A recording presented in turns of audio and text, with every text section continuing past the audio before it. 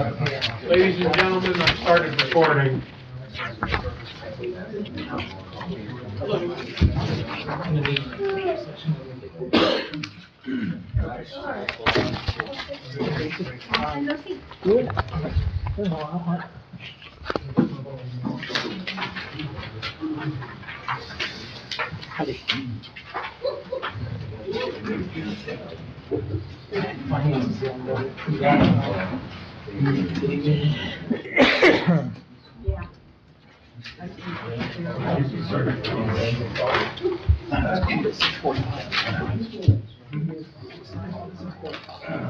Thanks for making that, Matt, for me. No.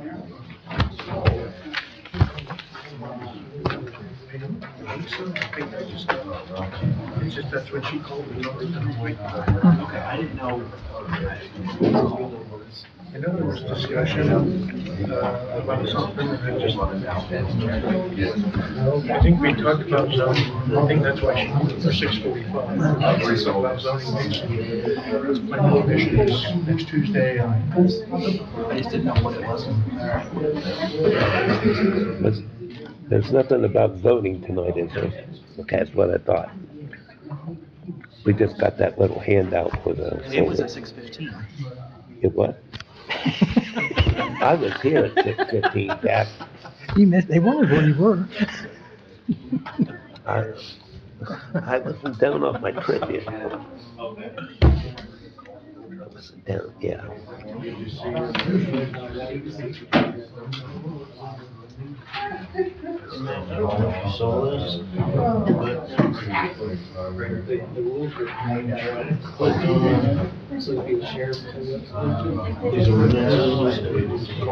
Finance ones? Yeah, it all comes up the same. Right.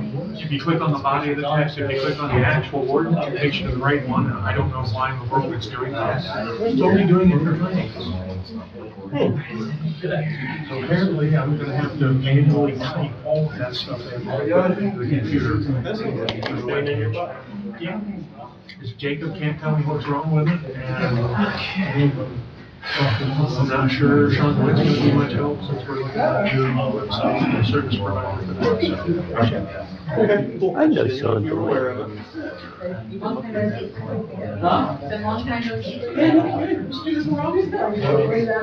Maybe next Monday. I'm down.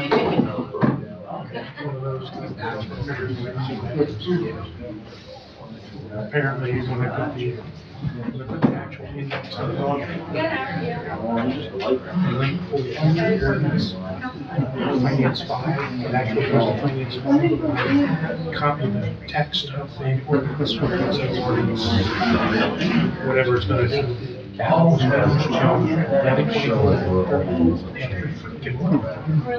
And it takes the text for each of the ordinance items. And then all the moves to that. Don't know how, we don't, I don't understand.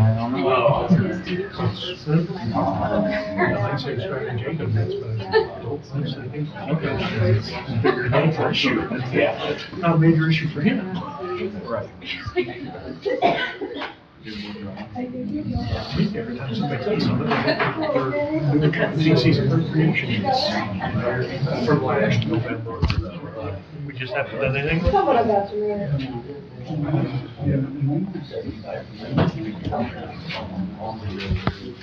Like I sent you an email with the gentleman trying to call you. When you removed your phone number, the clerk's phone number. No problem. I need to, I email you or you don't probably. I just threw it, somebody asked. Yeah, I got it back. 6:30, we'll call the Jobs and Economic Development Committee to order. Clerk, would you call the roll, please? Mr. R. Smith? Here. Mr. Prater? Here. Mr. Rattler? Present. We have the summary of proceedings. Has everybody had the chance to read those? Yes. Motion to approve. Second. Clerk, call the roll, please. Mr. R. Smith? Yes. Mr. Prater? Yes. Mr. Rattler? Yes. Under old business, we have one item, an item we're familiar with, can do. It's the, trying to get this through the committee. Mr. Grissom, do you have a,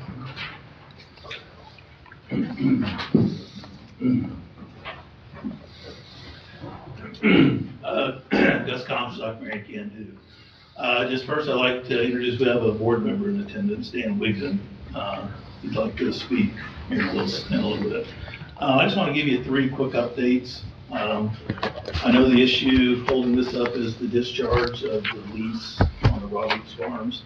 We're working on that. We've met with the landowners, we've met with Savion, but Shell Oil Company, which owns Savion, is a large company and it has a huge bureaucracy, and so everyone has talked that, we can talk with. I can't be calling the president of Shell, and everyone's in agreement. It's just the paperwork has to go through the normal process. As soon as I have that done, I'll report back to you that that's completed. So that was the first. The second is, at these meetings, we learn a lot, and I want you to know, we took back some of the information you gave us. We have now developed a local marketing campaign. I think what happens is we get so focused on working with site selectors. Our audience tends to be people out of town. And we lose sight of, we need to keep the community appraised of what we do as well. So we just developed a local marketing campaign. I'm going to present that to the Can-Do board next week, and we'll talk about implementing that. And then the third is the Buckeye One Commerce Park at 98 and 309. We're waiting to hear back about the $3.8 million grant to run the sewer line to the city's lift station on 309. So finally, you're going to hear later today a program that I think is going to be tremendously beneficial to Marion. We can have the best sites in the world, and we can have the best employees in the world, but if the community isn't excited and the community isn't pulling with us, we're not going to attract the best companies to Marion.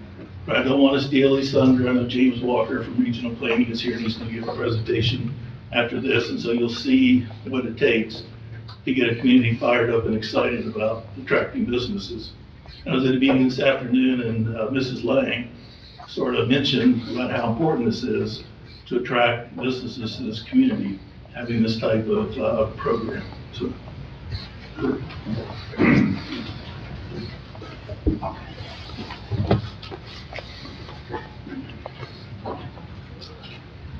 would you state your name and address, please? Sure, Dan Wigton, local business. Good evening. So, no, I'm just here to represent Can-Do. I just recently joined the board, and I think there's some confusion over the difference between Can-Do, downtown Marion, and the Chamber. So I just want to kind of go over the mission statements to be clear, so that we're all clear on what each entity is supposed to do. So first of all, Can-Do their job is to make Marion more prosperous and vibrant by attracting and retaining high-wage jobs, to recruit economy, stimulating companies by preparing and promoting some of the top development sites in Ohio. So their job is to attract business to Marion County, okay? Downtown Marion their job is basically to make Marion downtown a more vibrant entity, okay? So that there's kind of a big difference between Can-Do and downtown Marion. So just to read the mission statement, downtown Marion, their job is to transform downtown Marion into a thriving, vibrant destination for shopping, dining, entertaining, cultural experiences by fostering economic growth, supporting local businesses, and enhancing community engagement. And we aim to create a welcoming and dynamic downtown for residents and visitors. So that's their job. The Chamber focus on the retention and expansion of Marion County businesses through member support, public policy, advocacy, and community planning and development. It's interesting, I learned recently that in communities, most of the economic expansion comes from existing businesses. So to bring in a new company can take years. But to do economic expansion of existing businesses is where about 75% of the growth comes in the various communities. It's extremely important that we get your support. Basically, if I'm looking at locating a city or whatever, I want to make sure that everybody's behind it, okay? And so, right now, we need your support. The amount of money we're looking for is very important to our budget. Okay, thank you. Thank you. Thank you. Anyone else have anything they'd like to state on the subject?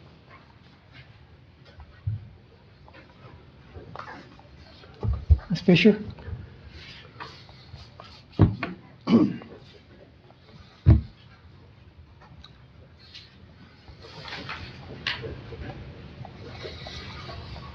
Hi, I'm Lois Fisher, 790 Burnhurst Circle, Marion, and I think I can speak with authority because I've been chair of the Chamber of Commerce Board of Directors, I've been chair of Can Do Board of Directors, and I've been chair of Downtown Marion Inc.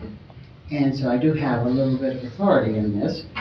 And so I would just like to say that it is all about economic development. We can't segregate ourselves out. We have to work together to make it happen. But I was under the impression at the last meeting that this wouldn't be voted on until we had the lease agreements that we've talked about resolved. So could you tell me what's happened from 2 weeks ago to now? Basically, what we did was we just held on to it, and it was on the agenda. We put it on the agenda in case they had something going on, in case they had something otherwise we would have had to add it to the agenda later as maybe a matter not on the agenda. So we just kept it on there for that So reason. it's going to have the same vote that it did last time until the lease agreements are resolved? Or whatever else we come up with. Okay, may I ask whatever else that you would come up with? What, Well, we could decide to send it on to council with some stipulations or recommendations. but if the problem isn't resolved, how can you send it on to council? I mean, I'm not being, Those I'm just asking. those recommendations would cover that issue. Mr. Prater? Well, what the stipulations would be to withhold the money, pass it on to council without the funding of the money until we find out what's going on with the lease agreements.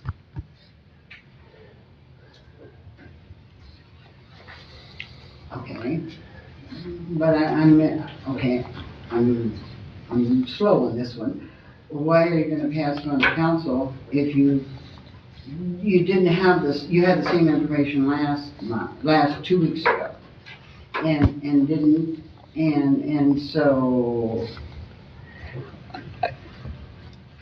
Right now, we just need to let the council vote on it. They're the elected representatives of the wards in the at-large districts, but with the stipulation of holding on to the funding till we find out about the lease agreements. okay, Mr. Rattler? I'm under the same impression that you were. I thought that Mr. Prater and myself was in agreement 2 weeks ago that this was going to stay in committee until the leases were released. We heard tonight that they're not. They're working on it, but they're not. And I think that the job of a committee is to pass it on to council when it's ready to be voted on. When it has full information. And so I think that, personally, I think it should stay here, just like we said 2 weeks ago. We said it was going to stay here until they got the leases released. One of the first sentences he said tonight was that the leases were not released. But how long would it take? It could take, months to get it released. But why would you fund it until you're... We're not funding it. We're not funding. Okay, all right. There is an individual that would like to be here tonight that could not be here tonight. That would, but kind of said, well, they can't do anything unless it's settled. So Mr. Graham would like the opportunity to have an audience, but he wasn't able to be here tonight, and we said, okay, that's fine, because they're not going to do anything. Well, what's his name again? Ted Lamb. Oh, Ted Graham. Okay, I know he is. Ted Graham Yeah. is very much a part of this community, and I can't speak for him, but I have spoken to him several times in the course of the last 2 weeks. What would be, He if, wanted to be able to be here to speak to you, yes, but but, maybe it was my fault, but I was under the impression that, well, I know, I was thinking this over the last couple weeks, you know, I thought, well, do we just hold it up endlessly in a committee? I mean, you know, it's like, we mentioned something last time we were here about maybe possible stipulations. There was mentioned, and I do remember, and I was agreeing with him to hold it in the committee last week, but I was thinking about it, I thought, how much longer are we gonna hold it there? But if we have the stipulation that we hold the funding until we get the thing on the lease agreement, if we don't get it, then there's no funding. that I don't know if that, you know, but I'm just saying that's the reason. Or we could, if we hold it up another 2 weeks and just wait for Mr. Graham. that would be wonderful, because I was conveying what was said last week. All right, well, I mean, I could consider that because he is important. he is. He's done a lot. He's multi-millions of dollars invested in this community because of him, yes. Well, I think that Mr. Graham will have his opportunity to speak. If we pass this on to council, there will be 3 readings, 3 open readings, and he will have his opportunity to speak at any one or all of those meetings. All we're wanting to do is to move it from committee to council, so that they can either vote for it, against it, or whatever. I hear what you're saying, Mr. Smith, and I do, and I'm not being argumentative, I'm really not. I just think that what was said 2 weeks ago doesn't carry over to today. Right, we've reconsidered the, Okay, so you've reconsidered, but when in the course of human events, from 2 weeks ago, when you had a meeting, which that's the only meeting that the public is aware of, to tonight? I was thinking this over, I was just thinking, how much longer? We could just keep holding it in committee, and it could be July before they get back the results to that. But with the stipulation would be that we just withhold. It shouldn't have been an issue in the first place. Did you ever take that? I know that. That's one thing that really irritated me, is that it shouldn't even have been there. No, it shouldn't have. No, it shouldn't have been there, but then, like I said, there's a lot of bureaucracy. There's bureaucracy here with the city, there's bureaucracy everywhere you go in trying to get the results to that, but I could just say, well, let's just wait. I could reconsider and say, let's just wait till Mr. Graham comes in and speaks in 2 weeks. Appreciate that. And it would be following what you had said. But I'm still leaning on not holding it here for 4 months or whatever, but I do want to hear what he I think it would be important says. for you to hear his thoughts. I would like to hear his thoughts, and I will consider that, because he has done a lot and invested a lot of money. let me ask you a question. I don't ask What- me to speak for him. Well, no, I've but said my piece about you said that you yet. wanted Mr. Graham to express his thoughts to the committee, but that's not going to really do anything at all, because this committee still has to pass it to council. But if you decide When- not to, it never goes. No, we cannot decide not to. We have to pass it to council. We pass it with a recommendation, either yes, no, or no recommendation at all. But you can vote no. You don't have to. We can I've vote seen no, things but not it's still pass going to go to council. I mean, we can send it to council with 3-0 vote to vote no at council, but we still have to send it to council. That's the rule. Okay, I'm not an expert on this, and I beg to differ with you on that, and maybe somebody out here can maybe address that issue. I've seen things die and not come on. You have, and those were erroneous. They were done improperly. Who's the authority on that? I'm not the attorney. I've got something to Legal? say. Legal? Each council member can have their own opinion. So he has an opinion, and some disagree with it. Okay, Mr. Ratliff, I'm gonna ask you, I've seen things die in here. That's what committees are for. And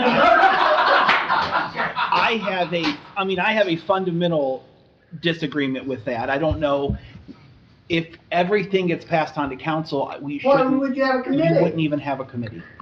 Let me read you the rule. I don't know what we're talking. Well- I beg. Hey, Lois, I do know that things can die in committees. It happens in Washington, they die in committees. Right, But I'm we're just sitting there saying, It happened here yeah, a year ago. Somebody erroneously said to I think you're table supposed to be it. up here, sir. Right. Thank you, Ms. Fisher. Well, I don't see somebody acknowledging that. Yeah, could you approach the podium, please, and state your name and address?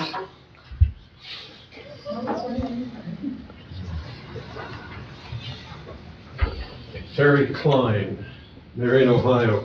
It happened erroneously a year ago. Somebody in your seat, I believe it was, said, let's table this.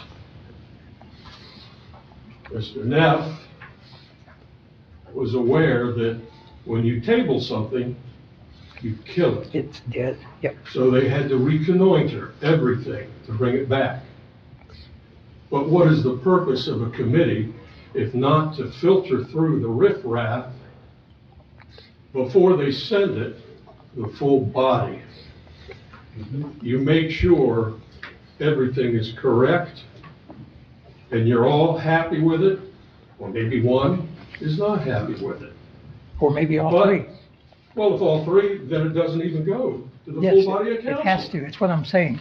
The rules of council state that we have to That pass. rule is a screwed up rule, makes no sense whatsoever, and Mr. Russell should fix that. Could be, but that's the rule as it is now, Well, that needs to be fixed. right? We can't Otherwise, fix it you tonight. people are just spinning wheels and nothing really gets done and wastes time.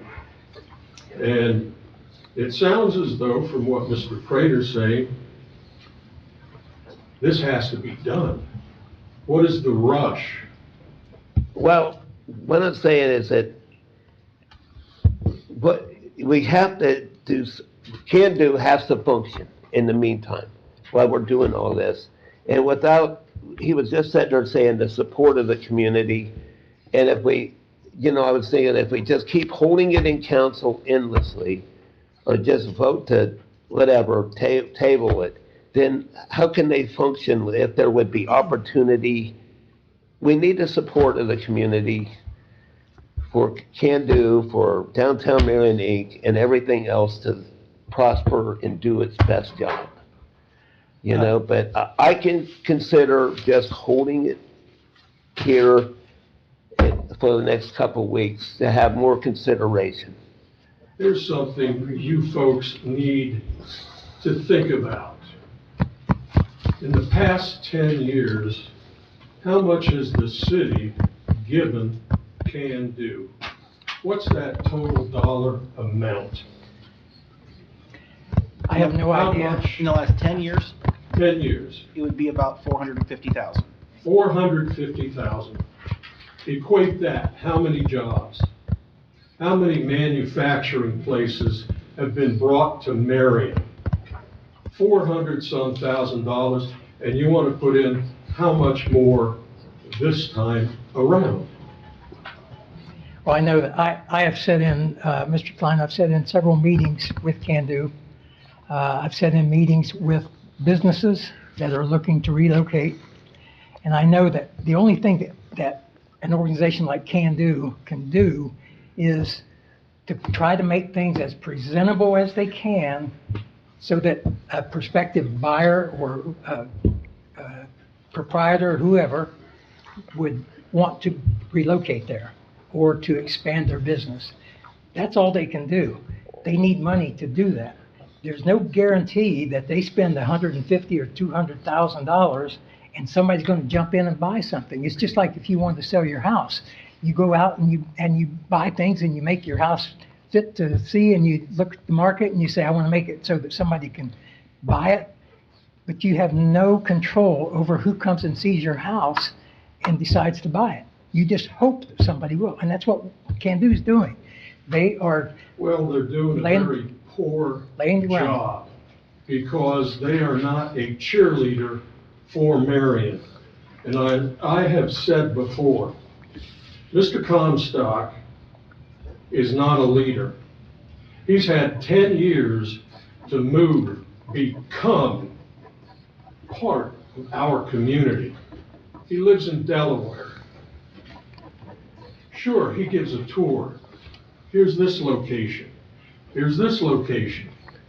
Take a look at our residential areas. And if somebody asks, Mr. Comstock, tell us where you live. Oh, I live in Delaware. What's the matter, Mr. Comstock? Marion not good enough for you? He's not part of the community. He's an absent landlord, if you will. Marion deserves better than that. The blue-collar working stiff people who make this community go deserve better than that. And this takes a lot of gray matter focused on what needs to be done without rushing in to something like this. How much of a return have we gotten? I believe that's outlined in the report that they gave us. You know, it's kind of I like, have to say, I have to quote, I believe it was Tulsi Gabbard. I could be wrong, but I quote, bullshit. That could apply to anything. it's like this. It's kind of like when you have companies that want to come here, they're like free agents. And then there's some places that are more attractive to free agents automatically because of their location, their proximity to this or that, like Delaware. It seems like everything has been going to Delaware. Marion might be like the Cleveland Indians, you know, to some people because they want to go someplace where there's, you know, like New York or something like that. Just an analogy there.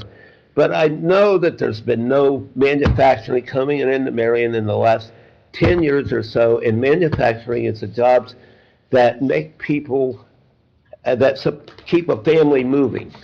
You know, they're not part-time, they're full-time jobs that enable people to live.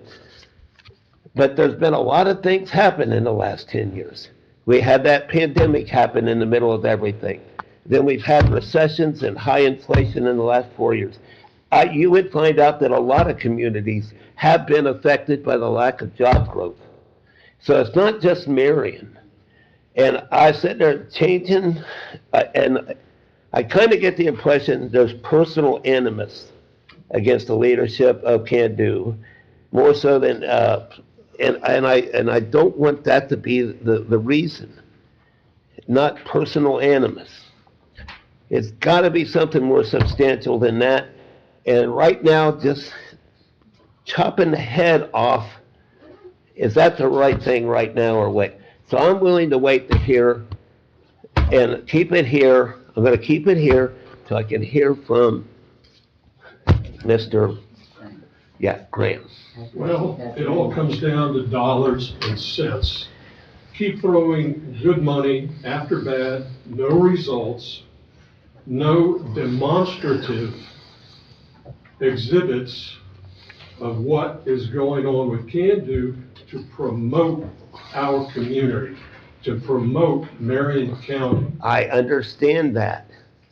But I'm putting to say if you could go into any other places where they have organizations like Can Do, they might be saying the same thing about their organization too. I appreciate it very much, and I appreciate the vote that will come forward here, and I'll be back in 2 weeks. Thank you. Thank you very much. Mr. One Klein, last question. let me, Any of the monies that the city has given to Can Do, has Can Do told you, Ralph, that they're planning on building a solar farm with that money? I don't believe that Can Do is building the solar farm now. That Can Do is pursuing building, bringing in a developer to build a solar farm. What do you base that on? I'm asking a question. Oh, they've not said anything to me. I thought maybe you knew. Oh, have they asked that of you or told you? We discussed that, whether or not they're bringing in a solar farm. Say it again? We brought that up at previous meetings about the solar farm and the lease. But when you funded it, Can Do, did they ever say that money's going to go towards development of a solar farm? No, and it's, Okay, Mr. Rattler? No. No. but the lease was told, that's what I'll wait, listen to this, hold it here in committee for right now. I want to go find out more about the solar farm deal. Because, I mean, that is vital economic property, and it should never be in a solar farm. So we'll just hold it here longer until we can find out more information, and hopefully it can get expedited. And once we find out that the solar farm property, that Robert's land is available for industrial use, and we know that it'll be 100% sure, but, Thank you very much. all right. Appreciate it. Mr. Klein, Thank you.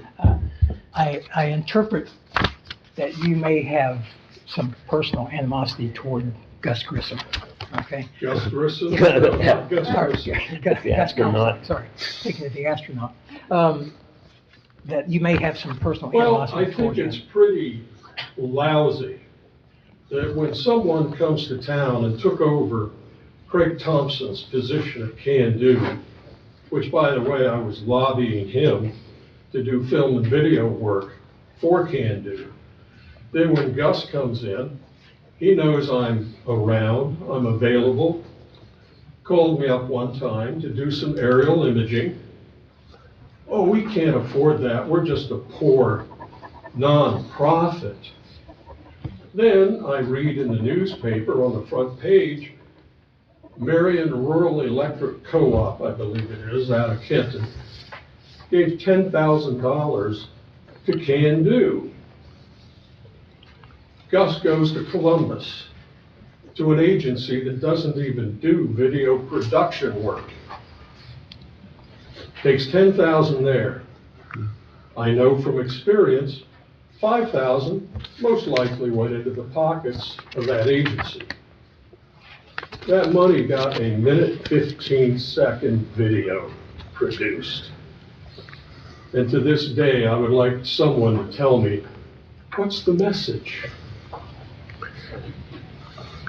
Never did I get a call. Could you tell me what it would cost? Could you do something with this money to promote Marion? Not as much as a courtesy call. So I think, the hypocrisy, buy local, support local. We gotta have somebody that's a local cheerleader that knows every alley, every street, every road, every burg in Marion County, and know them intimately. Somebody who's got skin in the game. Okay, and what I was gonna bring up was the fact that if you do have a problem with Gus Comstock as the leader of Can Do, I think the Can Do board is where you should go. This body cannot Can Do do board is anything. a joke. Okay, well, that's 15 your members. recourse. 15 members. Can Do needs restructuring. Okay, then If I bring had that the up. wherewithal, I would call up Elon Musk and say, hey, let's get things sorted out. Yeah, so I think you should approach Can Do and, I mean, that's the only way you're gonna get your point across to Can Do. The members of the board know it. That's why there's been fallout with members that have been on the board of Can Do for a number of years. Okay. Thank you very I much. think Appreciate Ted it. Graham can tell you, and I'm sure that Lois can tell you as well. Okay, I appreciate you thank you very much. listening to Appreciate me. it. Thank you. Yeah. Thank you, Lois. I would just like to reiterate, Okay, I was here on behalf of being starting Can Do, being on the county board of Can Do, being on the downtown Marion Inc. board, and being on the Chamber of Commerce board. I have not offered my services to any of those boards for hire. Okay, I Got it. appreciate your time very much. Thank you. Thank you, Lois. Thank you very much. Any other comments? Mike Neff, City Council at Large. I would just urge the committee to leave this legislation in committee. You don't have to do anything with it. It can just stay in committee until you have something that you want to take action on. Then you just simply instruct the court to place the legislation back on the agenda. It's really as simple as that. And just being on this committee in the past years and sending the funding to Can Do, I don't believe we even sent the funding out until the third or fourth quarter of the year. I could be wrong about that, but I think it's later on in the year when they get the funding. Am I wrong? I think it's done monthly. Oh, okay. Well, I'm mistaken. Am I correct on that? Yeah. Okay, well, I'm absolutely wrong on that. Okay. But I would just urge you to keep it in the committee, and just my own personal take, I think we're too far down the road to not support Can Do. I'm going to support Can Do when this legislation comes through, only on the caveat that we figure this lease out and that that land doesn't have a viable lease against it. So once I know that those property, the Roberts property in particular, do not have a lease on it, I will be in support of the Can Do funding and all the Can Do legislation. Thank you, Mr. Hey, Neff. Mr. Neff, thank you for what you said, and it's very, I agree with you. That's what we'll do. I do believe that we have a 6-month deadline on this. If it stays in committee for 6 months, does it have to be brought There's up? no 6-month deadline. There's a requirement for me to report to council anything in committee that's been there 6 months. That was referred to committee from council. This is referred to committee from council. Okay. Okay. It hasn't been to council this year yet, has it? So that would be the case if something had been to council and referred back. Then the committee would be obligated to report back. If not with 6 months, then you'd be advising the council it's going to be on its agenda. Okay. Okay, thank you. Okay, so my take on this is that we're not gonna pass it through, so let's go ahead and hold on to it till such time. I've made some notes Okay. throughout a lot of discussion, and if you will entertain me for a minute here. One, I think it's very good that we are waiting to hear Ted Graham and what he has to say. And I think that when people like Lois Fisher and Ted Graham come up to talk to us about economic development, people like us have to listen. They know far more than we know about developing and about developing Marion. I agree. And, you know, your Loises and your Teds of Marion have created jobs that nobody up here has created. We don't have the skin in the game that they have. And, you know, another thing that I heard is that, you know, it could be July until these leases, and we don't want to hold on to it for that long. But it's my understanding that we're in year 5 of the lease from the solar farm. Okay.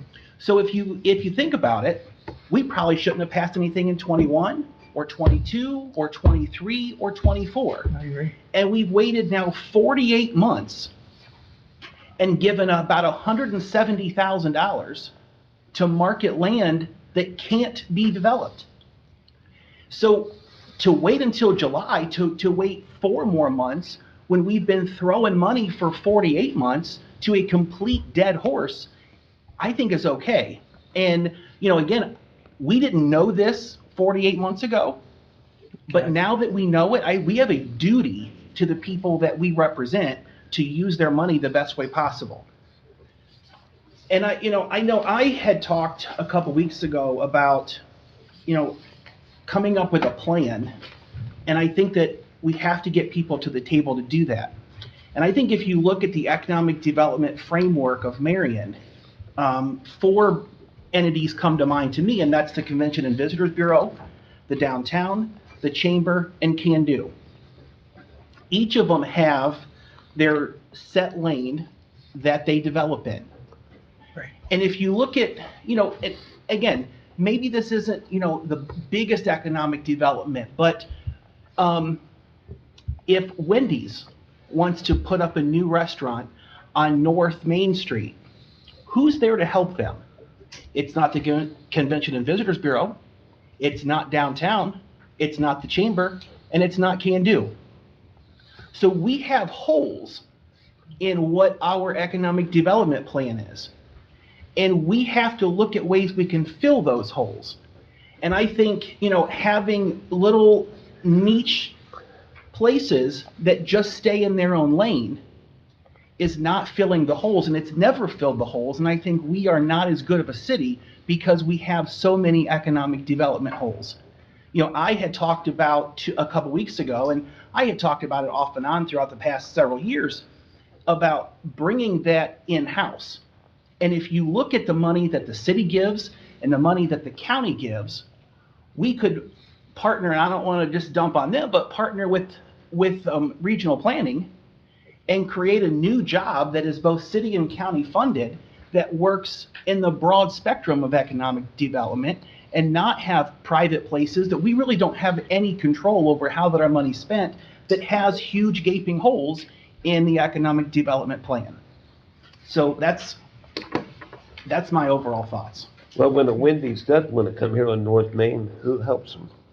I don't know. I think regional planning is there, but, look at the Trex application that we deemed an economic development tool. Mm-hmm. Who's there to help them? They have completely screwed up applications. They have completely screwed up processes. They don't know what that they're doing, and nobody is there to help them. I agree, except your attorney. And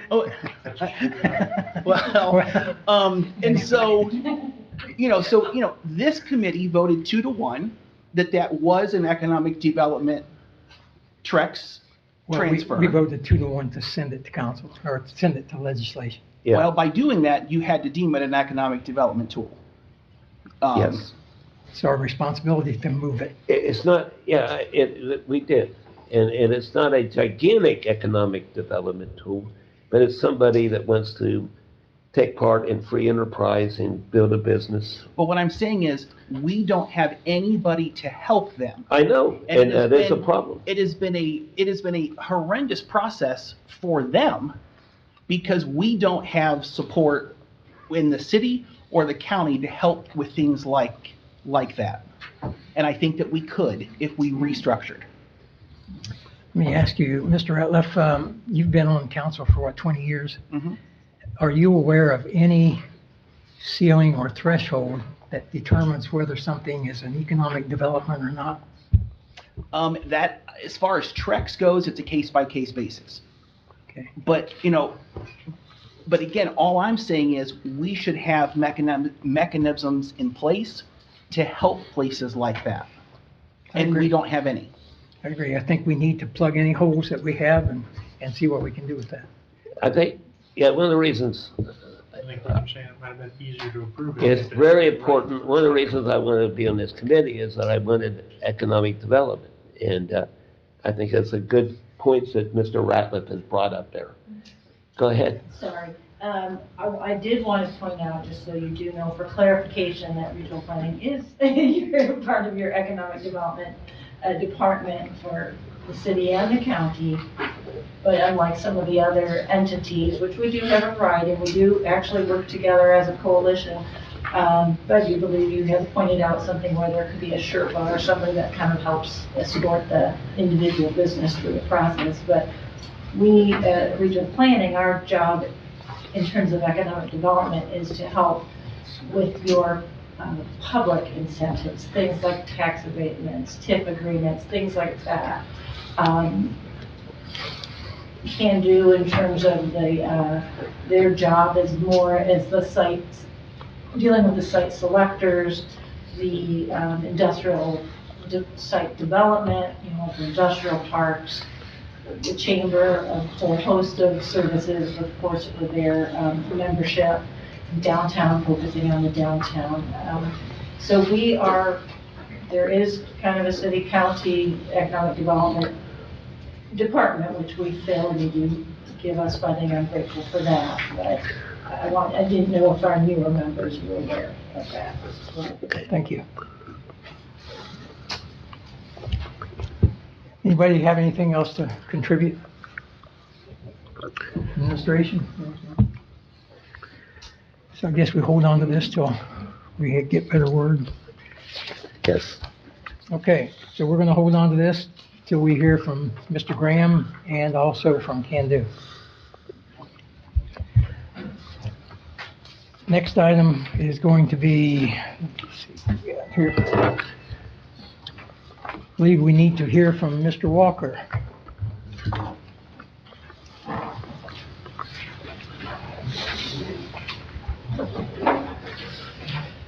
Good evening, everyone. I'm James Walker. I work for Regional Planning, and I am Marion Maid. And I'm standing here before you because I am a cheerleader for Marion, and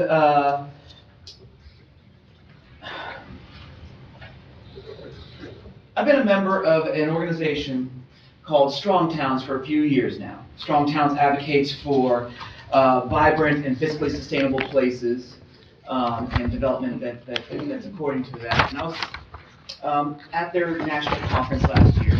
Every year they do a contest called the Strongest Town Competition. Last year's winner was another Ohio city.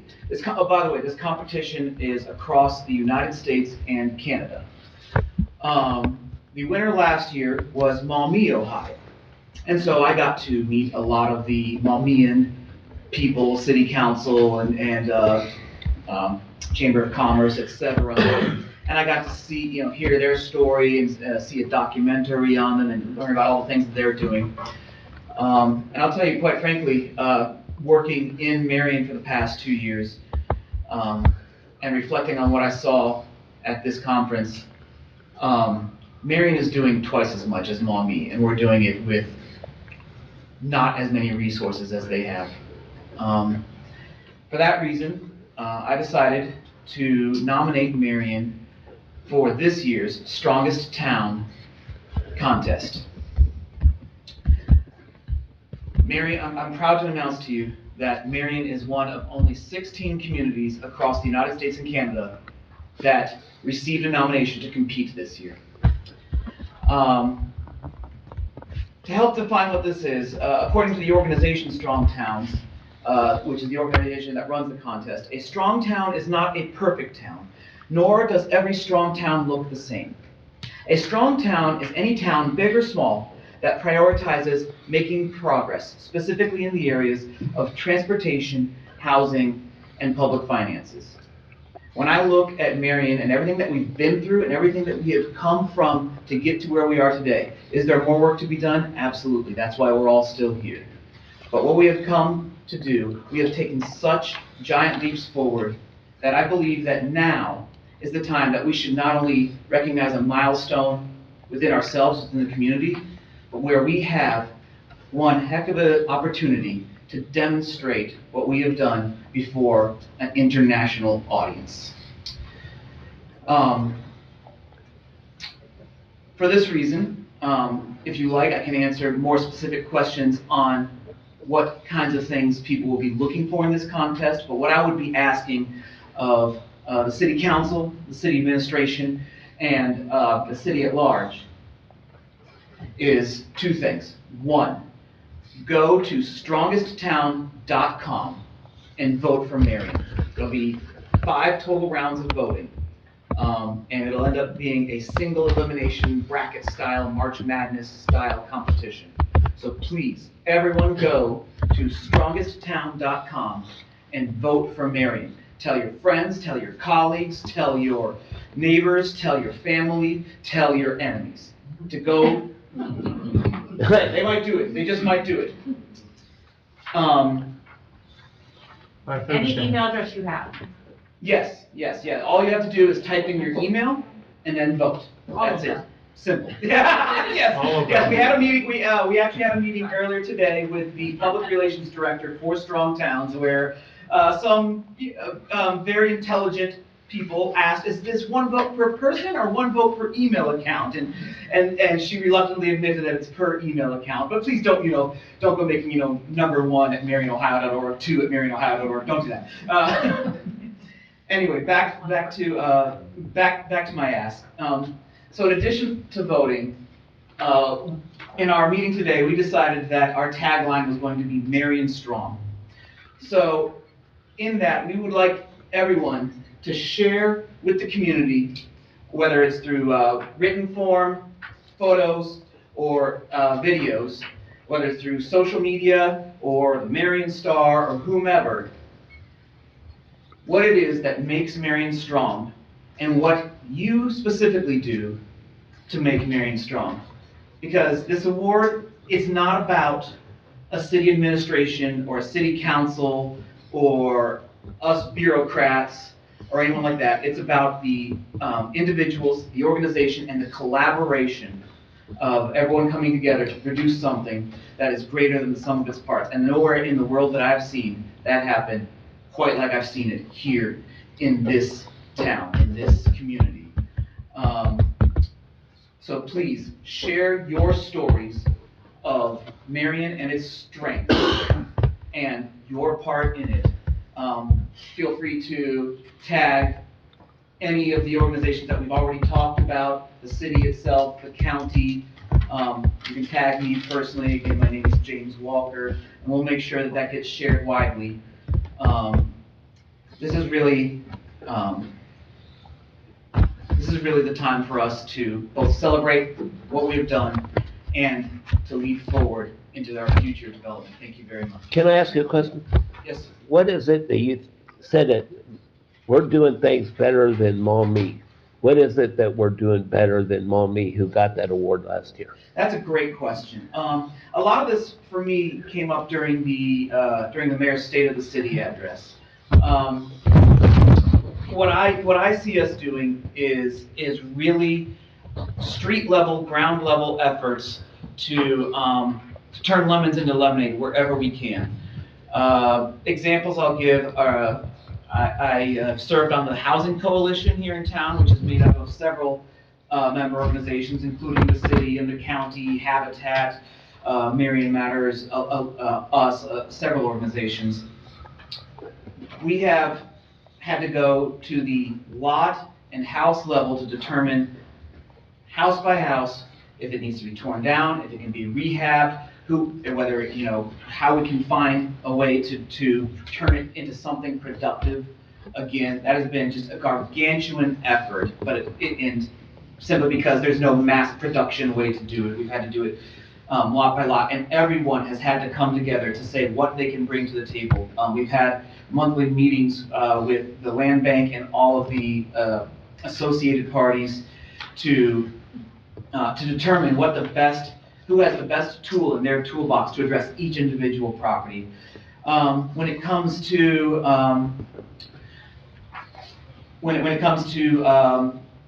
resilience in public finances, my gosh, we've had to learn that lesson quite a bit, haven't we? But we've gone through a lot with that, and we've learned a lot from that. And pretty soon we're going to be caught up through all of our audits, right? So, and with that, okay, hopefully. Pretty soon is a. Okay. I'm gonna speak on the hopeful side here. And even during all of this, we've held everything fully in public. We asked ourselves the hard questions. We've done the hard work necessary to really bring before the people of Marion transparent accounting of all of their tax dollars, so to make sure that they are put to the most productive uses for the city. When it comes to transportation, whether it's launching a night bus service or fixing up sidewalks, we are meeting people where they are at to determine how they need to get to where they need to go. For a lot of people, fixing a sidewalk or repaving the street, these minor things add up to huge investments. When it comes to programming, my gosh, what's been happening in our city parks over the past few years, whether it's baseball for youth, whether it's developing and maintaining McKinley Park, the playground there, the rec center that just opened today, working on stage by stage getting multi-use paths in Lincoln Park. we've been bringing a vibrancy to those parks and then the surrounding communities. You know that we've been working a lot in the neighborhood south of Lincoln Park to extend a lot of the success and good things that have happened in the park itself to the nearby residents, to try to connect them to the park and the park to them. And the more we bring active, legitimate users to these places, the more it makes them safe for everyone in places that we can be proud of.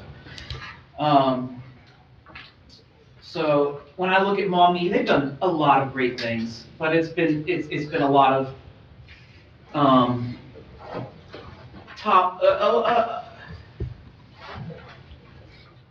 lot of single actor. I don't want to say that because maybe they might be offended by that.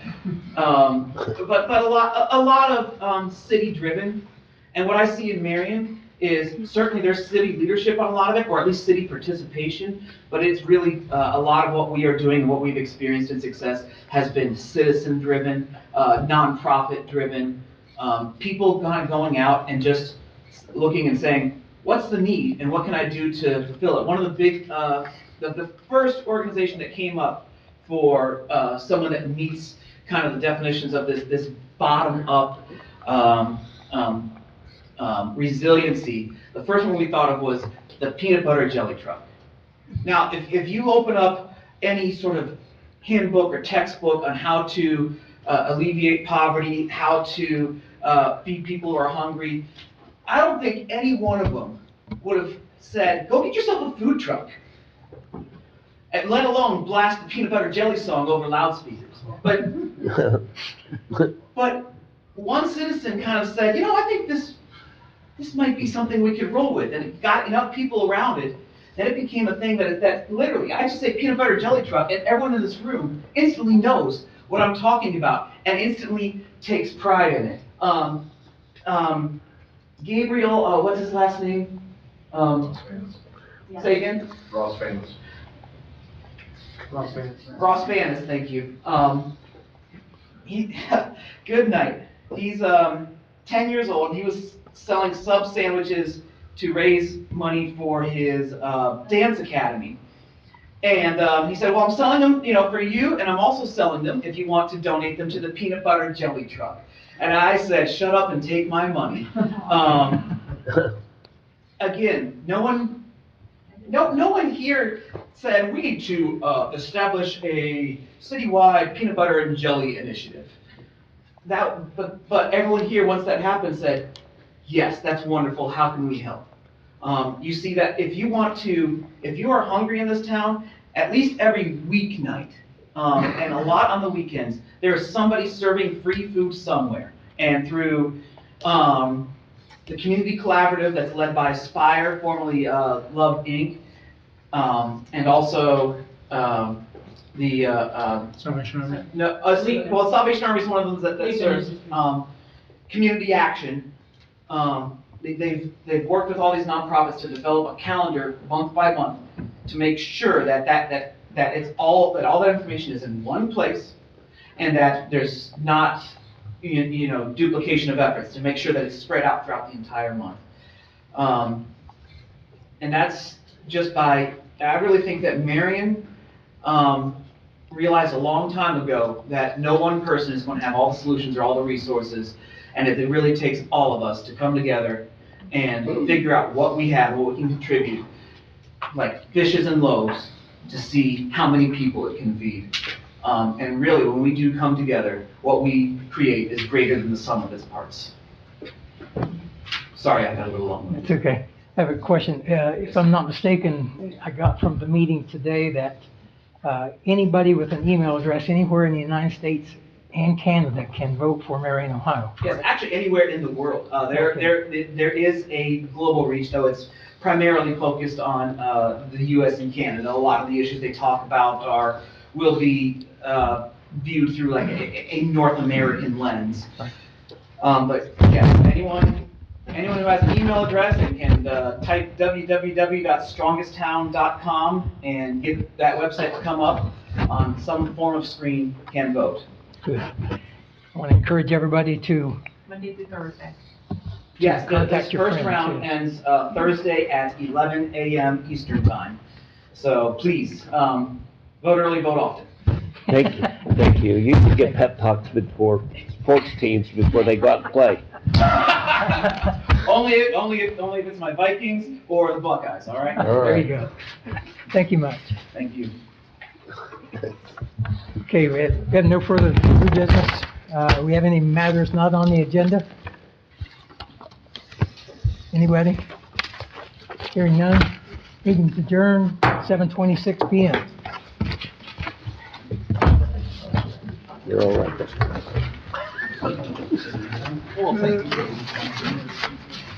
Here, really are. Here's. Yes. Thank you for your help. Thank you.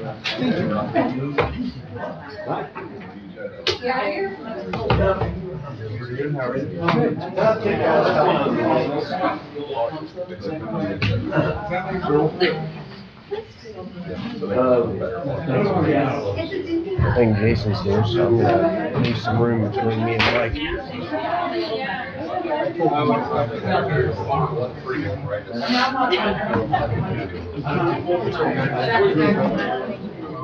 Oh, is it gonna have a little stuff?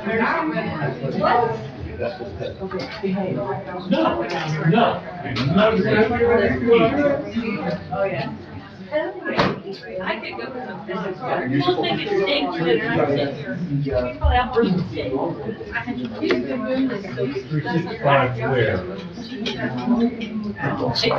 I said, doesn't look like Jason's here, so I'm gonna leave a space between us. Actually, it's a turkey stick.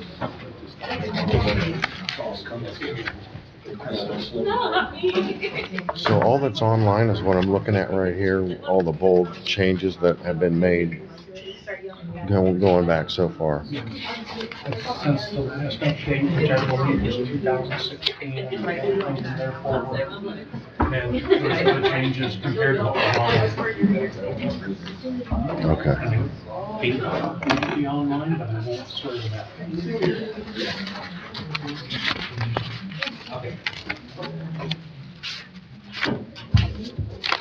Are you ready? Yes, sir. Okay, I don't know what we're gonna talk about, to be honest with you. Can make an amendment to the rules. Talk about it.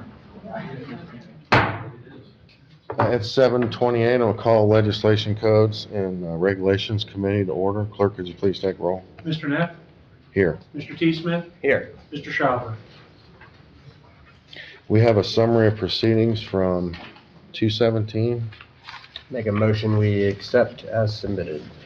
I will second that motion.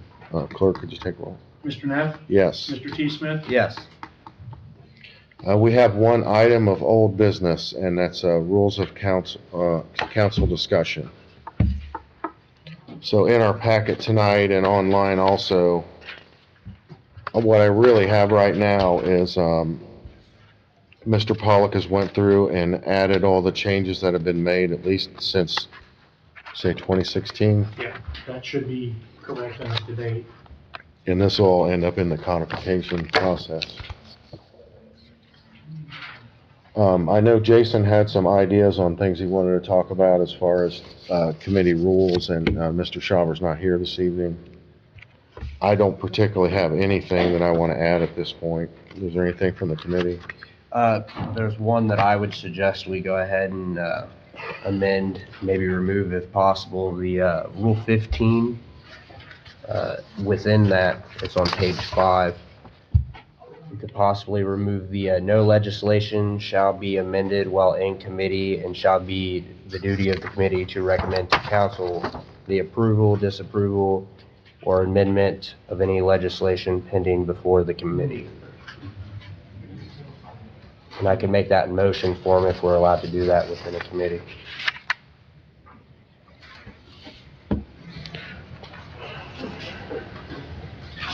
Mr. Chairman, Yes. I think Mr. Smith's correct. That's one that urgently needs to be addressed. However, I would suggest, after Mr. Schauber referenced, it was probably 4 months ago, he and I exchanged emails, I went back and looked at my emails and I found the rule he wants to change, but tonight I can't even remember it. So I would suggest maybe the committee potentially meet the next cycle of committees, and let's place the suggested changes in writing so that you have them before your committee, so that we can discuss them at your committee before we send anything out of committee, and take Rule 15 and the rule Mr. Schauber wants to modify onto council as a part of one ordinance coming out of committee. When you've read them at committee, you can comment on them, you can make them the way the committee wants to have them read. I'd suggest we do that. Thank you. Mr. Russell.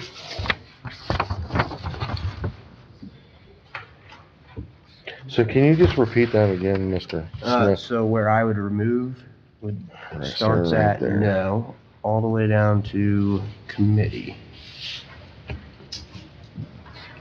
No legislation shall be amended while in committee, and it shall be the duty of the committee to recommend to council the approval, disapproval, or amendment of any legislation pending before the committee. Yeah. Was that the end of it? Yes, sir.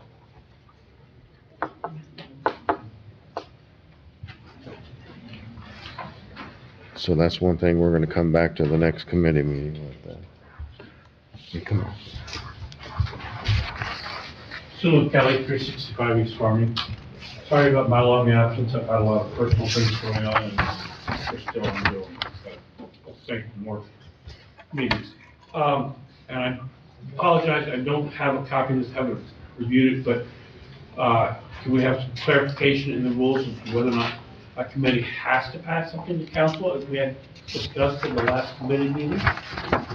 Because that rule that you were citing there almost sounded like you had to do something with it, rather than let it die if it had no merit. Just a thought put out there, I'm not sure what is being entertained by the committee. Mr. Chairman, if I can comment on Mr. Kelly's comment? Please, Well, actually, we're all please. talking about the same thing. Please. Okay, So previously it had been referenced at prior meetings and even earlier tonight. The Rule 15 has the sentence that Mr. Smith has suggested be stricken from the rule, which I agree with. It makes no sense. It takes us all around in circles and creates division and disagreement. So I agree Mr. Smith's proposal to eliminate those couple of sentences, but also the benefit of coming back to another committee so Mr. Schauber's can be considered at the same time. If you go on to read in that rule, it's a majority of members of the committee shall be necessary for the recommendation of approval or disapproval or amendment. And in the next sentence, all other motions shall require only a majority.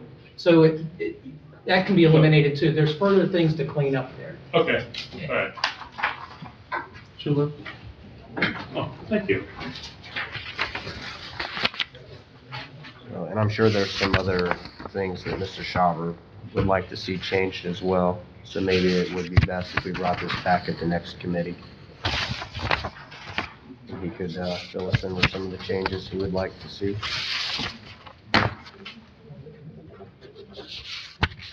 Anything from the administration or anything from the public on this? We'll move on to new business. We have no new business. Matters not on the agenda. Anybody have matters not on the agenda tonight?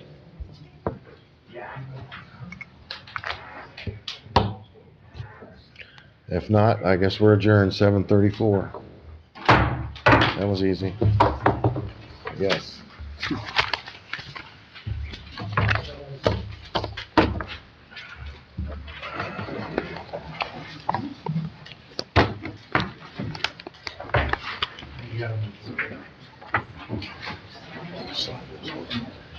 Getting in that one. How about that one? It's nice and cold. In the middle, right? Is this your phone, Mike? No? I don't have no idea what it is. Must be Ron's. This is blue color. Oh, yeah, man. Yeah, but you don't get like that. Instead of 4 hours.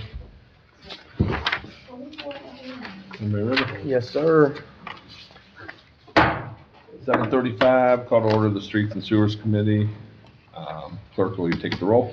Mr. Barr, Present. Mr. T. Smith, Here. Mr. R. Smith. Present. We have a summary of proceedings. Everybody had a chance to read those? Move to approve? Second. Clerk, will you take roll? Mr. Barr? Yes. Mr. T. Smith? Yes. Mr. R. Smith? Yes. Okay, new business. Item 1, clerk, if you read. Resolution authorizing participation in the ODOT road salt contracts awarded in 2025 and declaring an emergency. I don't believe anybody from Streets or Sewers is here, but this is a annual thing. Are there any questions? Is there anybody here? Mr. Rob, Mr. Bodine, you have anything to add to that? Yeah. Usually, Greg or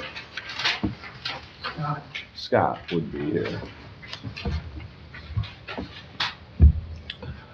How much is this contract? Just out of curiosity. I think there's set rates that ODOT enters into an agreement with, but it doesn't say. I couldn't find it anywhere in there. It's pretty basic. I'll make a motion, we send on to council the recommendation to approve. A second? To take roll? Mr. Barr? Yes. Mr. T. Smith? Yes. Mr. R. Smith? Yes. Okay, matters not on the agenda. Anything? Yes, ma'am. Teresa Lemke, 555 Normandy Drive. So I've lived in my house for 16 years, and for 16 years I've been calling the city every time it rains to clean the sanitary sewer, the literal poop and toilet paper off of the street, the sidewalks on Normandy Drive, especially in front of 507 Normandy Drive, so 2 doors down from me. Right now, there is about 8 inches of toilet paper on the sidewalk. The street people, they'll come and they'll clean at Virginia, that corner, or that intersection of Normandy and Virginia, that sanitary sewer overflows a lot, but more often, 507 Normandy Drive overflows. I shouldn't have to call every single time it rains. It needs to either be, one, in the short term, it needs to be on a list that's just checked and cleaned on a regular basis after rain. I know our sewers are a big problem. I know that, I understand that, one piece can't necessarily be fixed. So my neighbors and I are gonna start to be really noisy because it's been 16 years. I'll give Tommy Lewis a call and Yeah. make sure that's on I've his done list. that over and over and over. Okay. Yeah, thank you. Anything else not on the agenda? I'll just add to that, I will look into that for you. And I will also let you know that we are doing a sewer study in that area. And I can't tell you it's gonna be fixed tomorrow, but we're looking at ways to improve that area. Thank you, Mr. Bonan. Mr. Neff. Mike Neff, City Council at large, I just want to echo what Mr. P said, because I'm usually the recipient of phone calls when they do have problems. So I think what she said is the best idea, and if nothing else, whenever we have, events, that should be a priority for them to go check on that. Well, I know they have some lists, they're lift stations and stuff like that, so I don't know why that couldn't be added to a list until we get this resolved to make sure that's cleaned up. So I'll move that on. Anything else? No, sir. All right, hearing none, seeing none, we're adjourned at 7:39.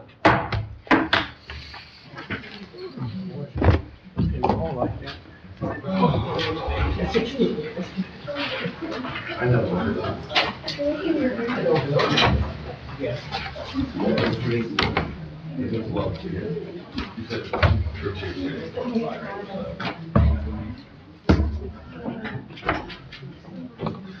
I can't hold committees be that quick. I don't know, Lang always takes forever with her committee. No, that's okay, there's. Twyla's so slow, she's not fast like Aaron, like Barr. Huh? He said, why can't all committees be that fast? I said, because Twyla's slow, she's not fast like Barr. Ooh, pressure's on. Well, you're gonna be you're not gonna be disappointed tonight, let me tell you.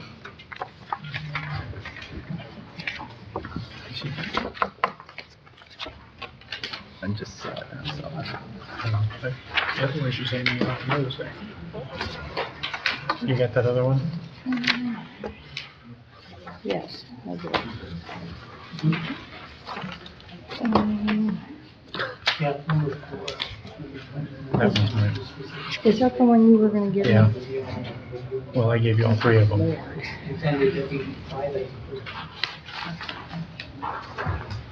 Pretty soon those will be bigger than the packet. These are for Matt. Too bad. I said pretty soon this is gonna be bigger than the I packet. know, yeah. I hear ya. Okay. You have to go into executive session. When we get to that, Oh, we can help with that. That's not public part, so we go on. okay. Executive session.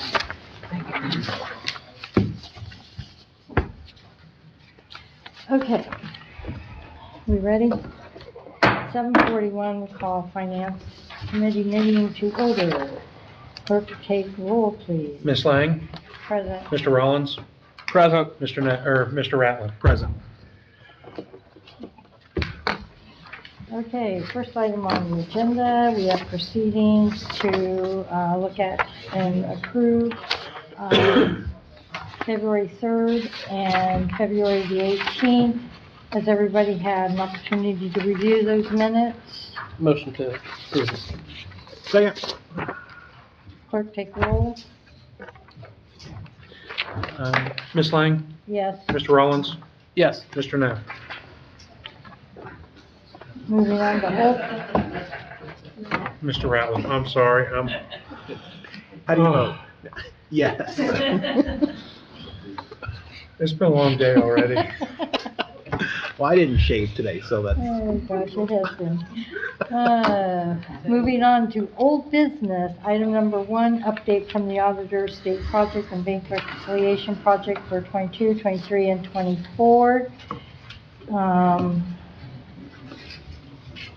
On 2-3, we had the status of the adjustments, and it's been about 1 month, well, it's been a month. The problem for getting the adjustments done was just getting them processed. Where are we at in getting those processed? The adjustments for January 24 are finished. Are finished? Do you have something? I have no other update beyond that. The adjustments for January 24 are finished. We haven't gone through and balanced the cross fund yet because we have to go through all of 24 to do that.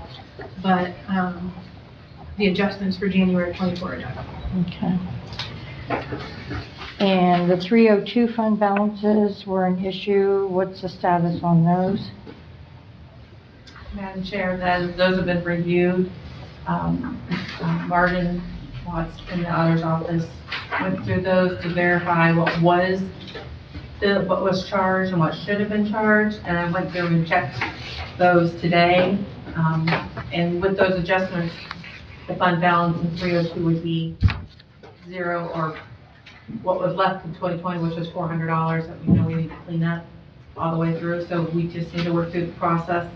I just need to make sure it's not going to untangle anything else. So Martin, myself, and Miranda need to meet and discuss that by there this week. This week? Would like to do that. Well, I talked to Miranda earlier this evening, so we're going to get that on our calendar this week. Bank reconciliations, where are you at in this process? On February the 18th, you stated there was a second portion that needed to be completed, and this affected the cross fund account. You received the instructions, so you've had a few weeks now to look at that and give the figures, if you figured it out. No, that's what I was saying earlier. The cross fund balancing has not been done yet for 2024 because we have to go through the entire year for it.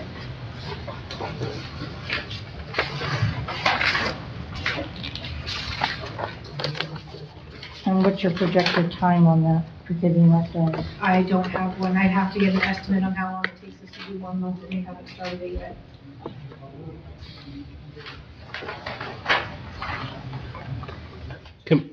Can we get a deadline?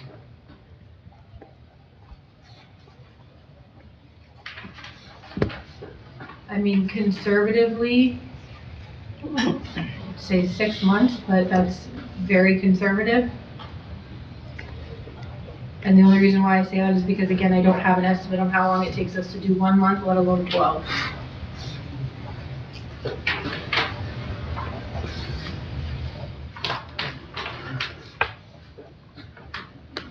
Any other questions on that part? No. At our last meeting of February 18th, you were left with some questions concerning the Veritas report, and you were going to call them. Did you get an opportunity to call them, and what was the result of the call? I did not, based on last week being payroll, I did not have a chance to call them. And I haven't spoken to Greg since that was issued. And Mr. Russell, you were going to review the contracts with Veritas because there was a question about training that was to be provided. Did you have an opportunity to review? So the contracts, 3 contracts were forwarded by the auditor after that council meeting, which may have been 2 council meetings ago. I took a first look at them, but I want to do some additional investigation, see if there weren't some other references that were made. Mr. Ratliff had pointed out, maybe it was Mr. Schauber, that they had made references, and I remember seeing proposals where there were references. But I need to find the proposals and compare them to the contracts.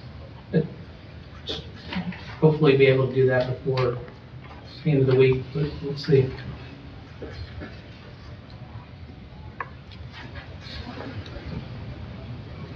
And have we spoken to the treasurer about training on the bank reconciliations? The internal auditor had a conversation with him earlier today. No.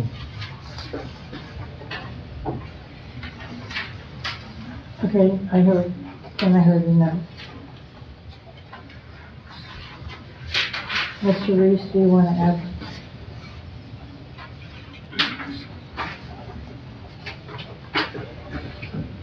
Do you have the Veritas solution and what he recommended? You're right, that's what I'm talking about, yeah. I mean, do you have it? Do you guys have it right? I have read it. I don't have it in front of me now. Don't have it in front of us.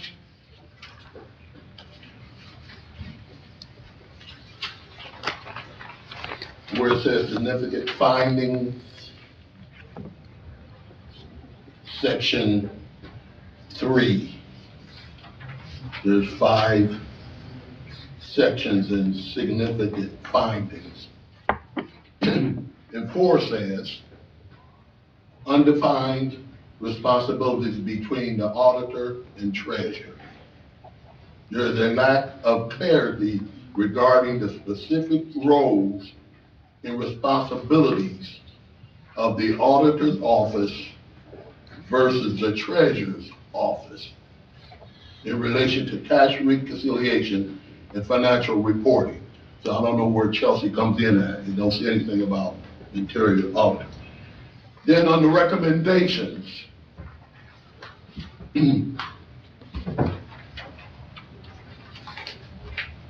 section 3, it says expand treasurer's training and completing reconciliation.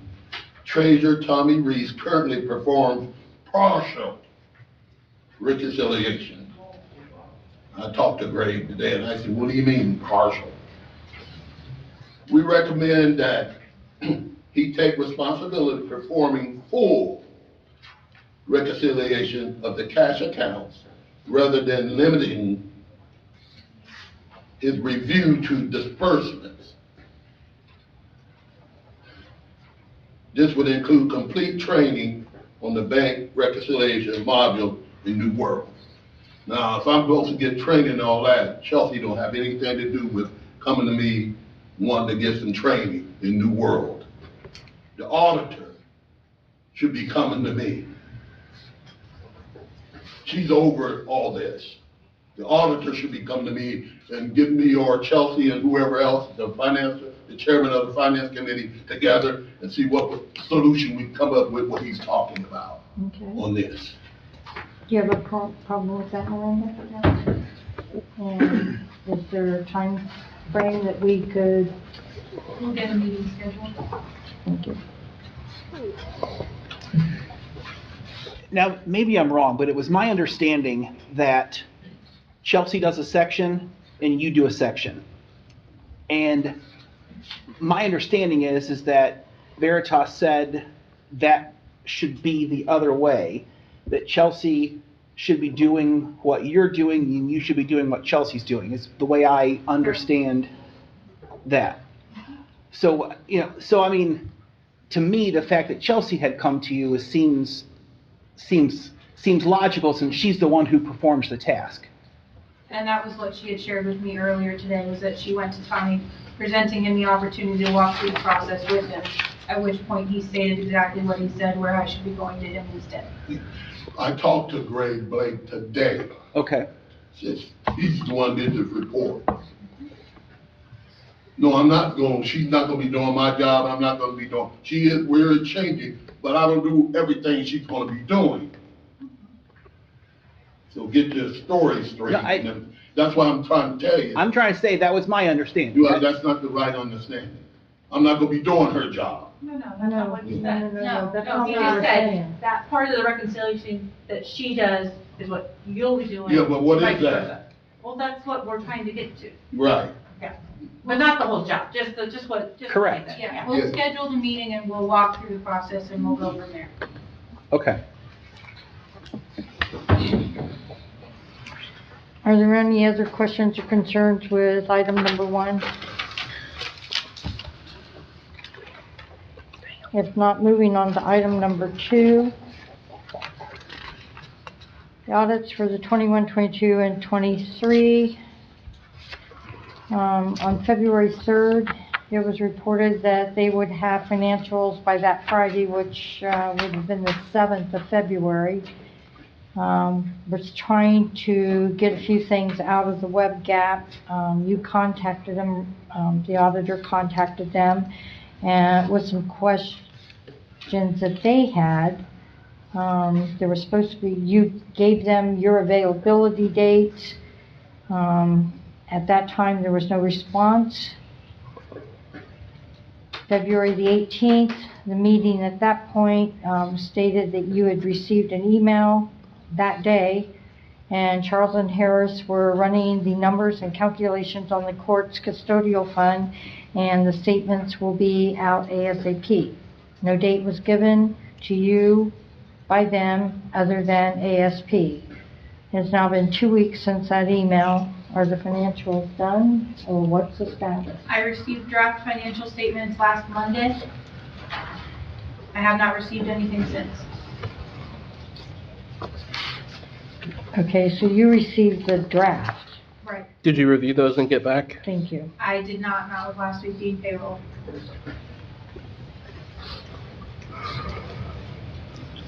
Can we get a deadline on that? I can get that done this week.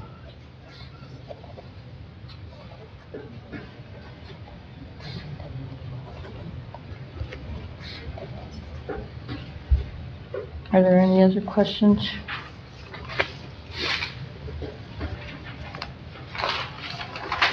If not, moving on to item number 3, penalties and appeals. February 3rd, Mr. Ratliff had asked about an updated spreadsheet for our outstanding IRS penalties. Again, on February 18th, you were asked, you said you would get that updated and send it out to us, and as of today, we've still not received anything. So has there been any additional correspondence from the IRS since February 18th, and has there been any communication with Voorhees and the status of the appeals that they have? No, there's been no additional correspondence and no communication.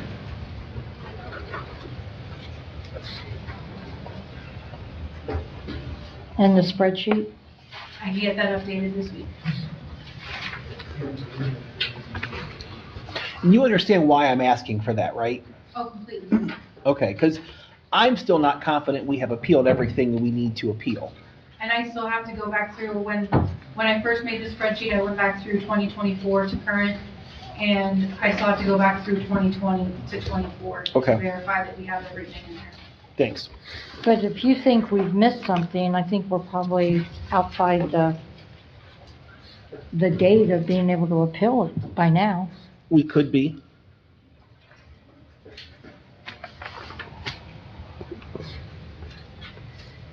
Any other questions or concerns?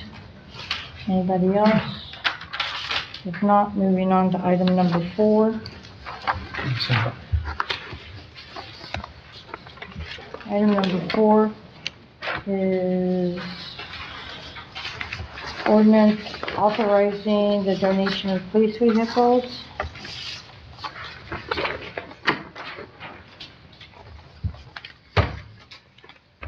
Ordinance authorizing the donation of police vehicles that are unneeded, obsolete, and/or unfit for any municipal purpose to the Tri-Rivers Career Center, authorizing the safety director to enter into and complete all agreements necessary to complete the donation to another Ohio entity, and as is. Okay, there's, I believe, 6 vehicles. Yes, ma'am.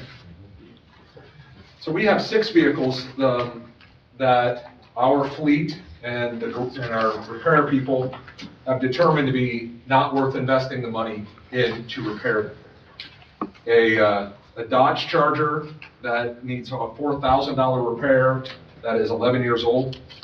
A 2011 Ford Crown Vic, burns oil, needs a complete engine rebuild. A 2014 Ford Taurus that is continually needing repairs, costing more money than it's worth. A 2014 Dodge Charger that needs a $3,000 fix to get it roadworthy. A 2016 Ford Explorer that needs a whole new transmission that is a $7,000 repair, and a 2008 Ford Crown Vic that the whole undercarriage is rusted out and is unsafe to drive. We have donated a car in the past to Marion Technical College's Police Academy. Our proposal is to donate these to Tri-Rivers for 2 purposes. One is so that their auto body and their auto mechanics can gain the experience by piecing and parting these cars together to make a functional car that they could then use in their public safety training class. When we sell these cars at auction, we get about $800 a piece for them, and it costs us $800 to decommission them, which means take the stripes off, take the sirens and the lights and all that off. So we end up oftentimes upside down when we decommission them. It is our belief that this is a win-win for the community, and I stand for any questions. I have one question. Yes, ma'am. You said that you said 2014 Dodge Charger. On the sheet, it's not with it, just the cheat sheet says 2017. I just want to make sure. The sheet I have says 14, so I apologize if there's a miscommunication. Okay. I just wanted to verify that for sure. The ordinance says 14. Yeah, the ordinance says 14. I just wanted. I couldn't get the Excel spreadsheet he had to print out or to attach for anything, so I So retyped you those. typed- So okay. that's probably my A typo? big fingers. I just wanted to make sure. I'll jump on first word. I'm glad you brought that up, Chief, about the auto out there also. 'Cause I was gonna ask you, how do you get on that list? I also teach over at Buckeye Community School. We have auto and we have public safety courses.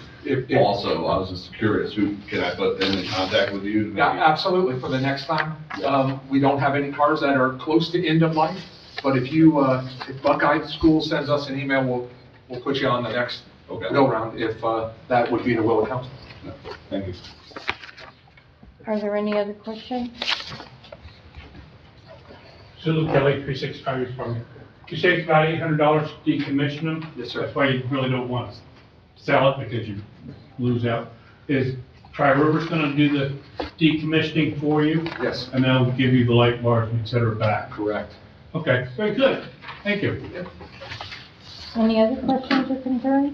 I just, one thought, especially with a recent partnership with the downtown archway with Tri-Rivers. I think that, this could just expand and strengthen, that partnership that is starting to be formed, and I think it's good.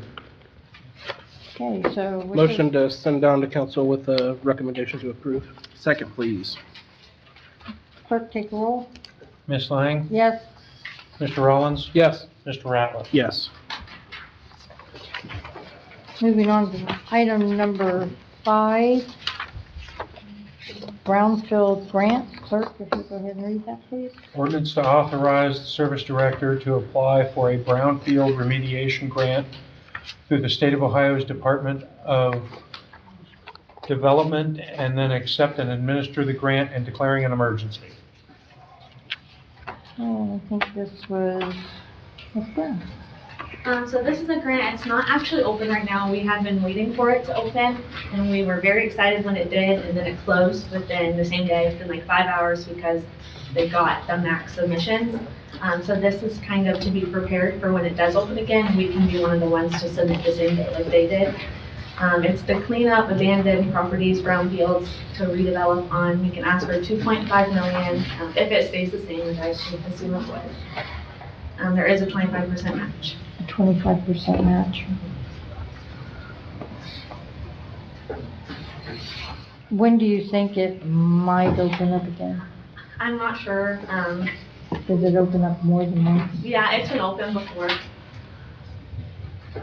So, as soon as this came out, we thought of the site on Maker Street.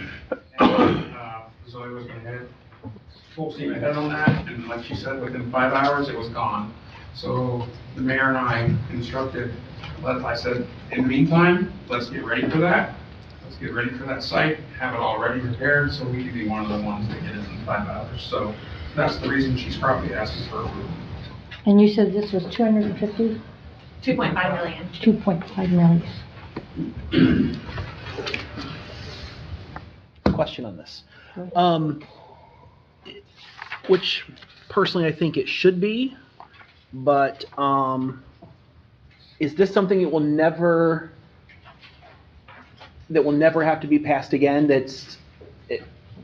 That once that this is passed, this is a standing, they have permission? So I keep hitting it. Does anybody have it so I can review it? I keep hitting on the iPad for that item and it opens up some other. You gotta get just where it says Finance 10, you've gotta click right on that, because some reason the rest of the You gotta get like spelling is.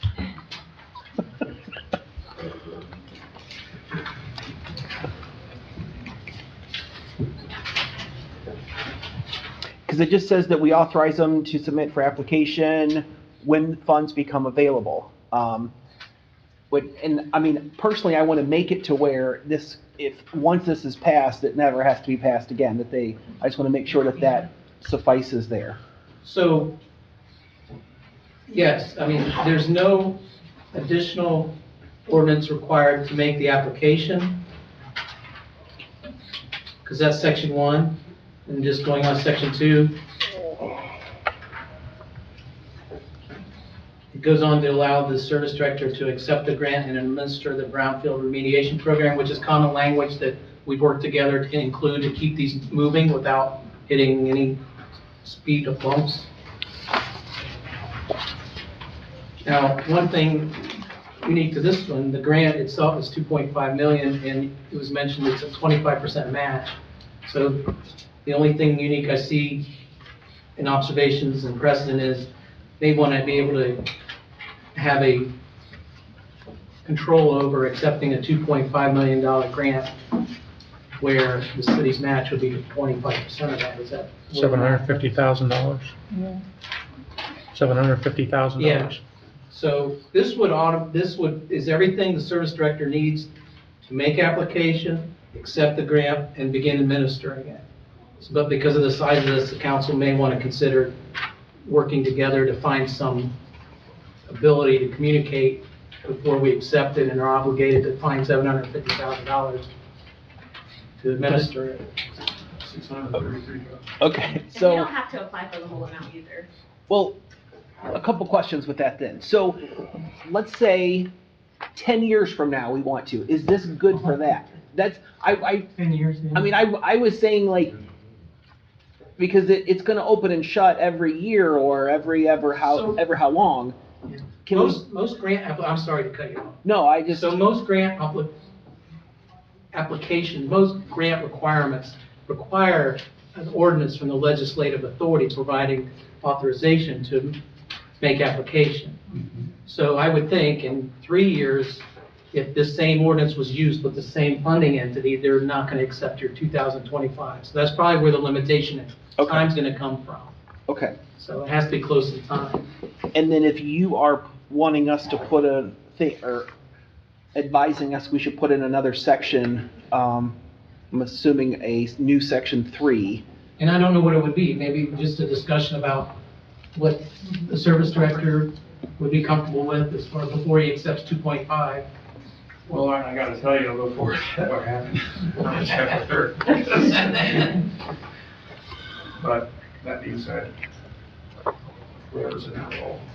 So maybe the section 3 would be upon approval of the request, the service director shall inform the council of the grant having been approved. Increasing appropriations. And requesting the necessary appropriations.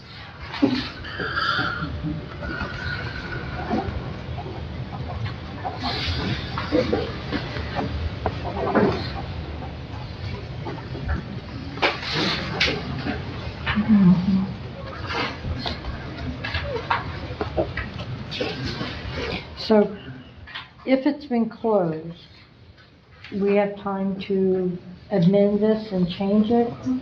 Yeah. Oh, yes. And bring it back to absolutely. the, and bring it, Realistically, this probably won't happen until next year, but okay, we don't know. okay. So, Nice to be prepared. so I would suggest that we keep it in committee at this time and get it amended to exactly the language that we need to have in there for not only getting the grant or accepting the grant, but also being able to appropriate the funds to support that. Is that? Yeah.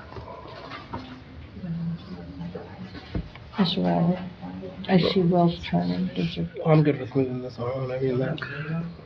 Personally, if we can agree on the language to add, I'm good with moving it on. You know, because they had such a small window, what if they didn't get all their applications correct and they reopen it? And, you know, I just think if we're doing this so that we can be ready, Let's be ready. let's be ready.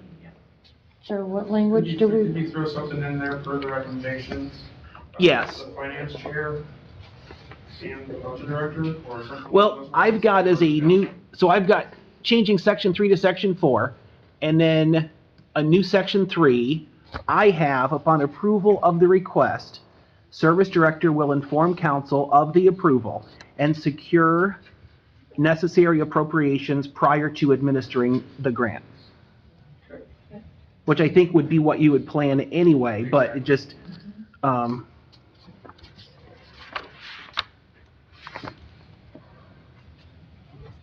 so I will make a motion to send it on to council with the addition of a section 3, the wording that you can have that. I will second that.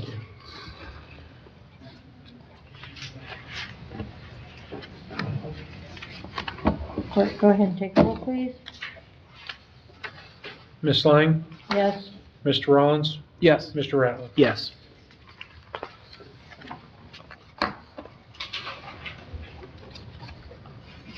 If you can read my writing. It's better than mine. moving on to item number 6, EMS reimbursement grant. Clerk, would you go ahead and read, please? Ordinance making an appropriation in the budget of the fire department.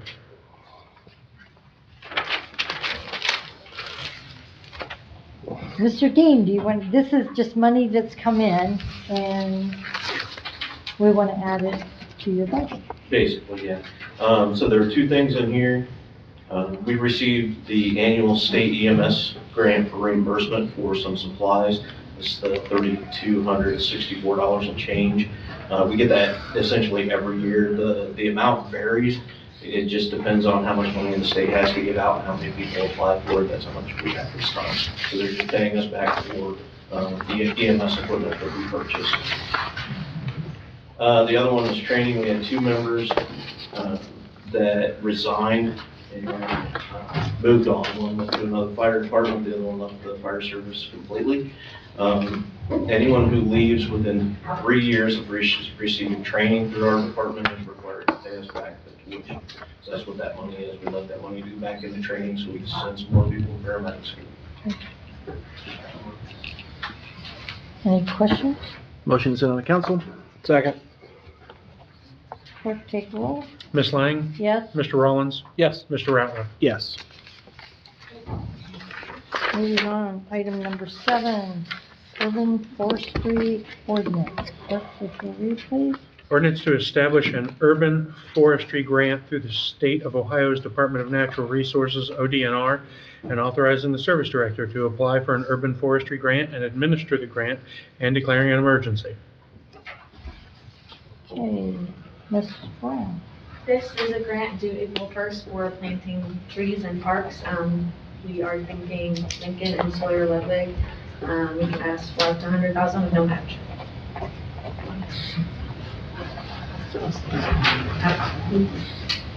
When's it due? April 1st. April 1st. Motion to send on the council. With the recommendation to approve. Yeah. Second. I'm bad with recommendations. Ms. Lang? Yes. Mr. Rollins? Yes. Mr. Rattler? Yes. Going on to item number 8.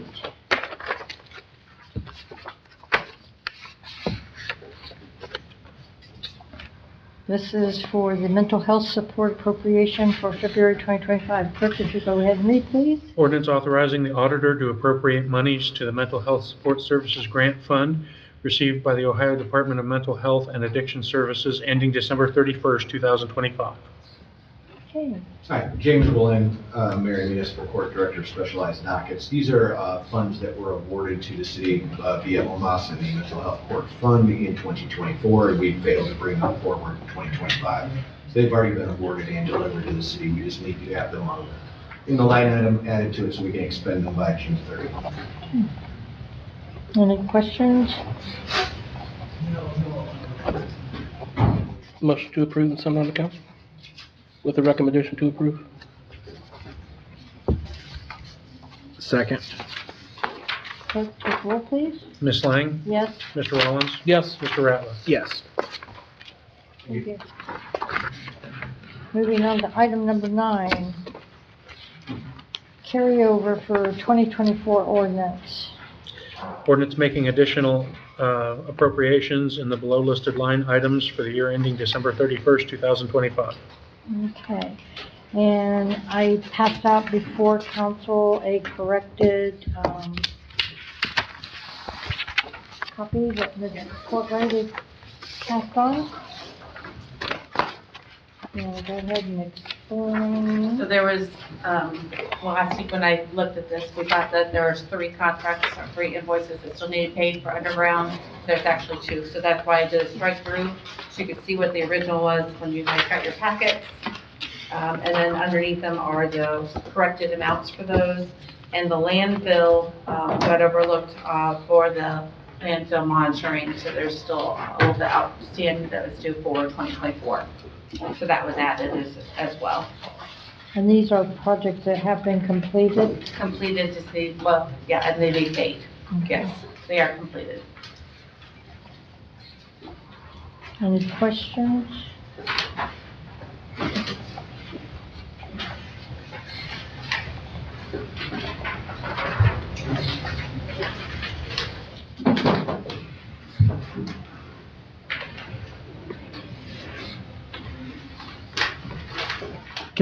Can I ask why we thought they were what they were and then they're coming in? There were 3 bills, and one had already gotten passed, and Chelsea didn't realize that one was already through. She had thought when she reviewed it, she sent me a message this week and said clarification that there's actually 2 invoices. So one of those had already gotten paid. But they don't have enough appropriation then to get them through the rest of the year, so we need to make sure we appropriate the rest of that, so it's. Okay, and so that would have affected both of the line items? Okay. Correct. I just wanted to make sure it's not giving them more money than what, what they need, and we want to make sure those funds are balanced. Okay. When the final copy hits council's agenda, If I just need to strike through. I think it should hit it without the strike-through. Yeah, I just wanted you to be able to see it, because you've already seen it earlier. Yes. So I will make a motion to send on the council with a recommendation for approval, erasing both of the struck-out line items. And that, I'll send that to you, Bill. Second. Clerk, take roll, please. Ms. Lang? Yes. Mr. Rollins? Yes. Mr. Ratliff? Yes. Moving on to item number 10, appropriations amended ordinance. Ordinance making adjustments to appropriations for the year ending December 31st, 2025.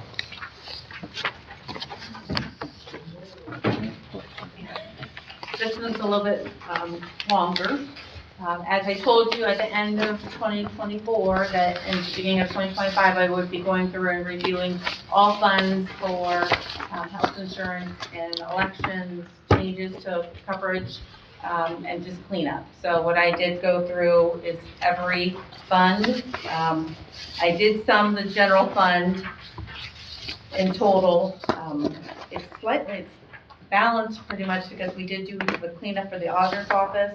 So the reductions are for the payroll assistant specialist that only work for part of the year, and the funds that are necessary to support the ABS third-party vendor to do payroll for us.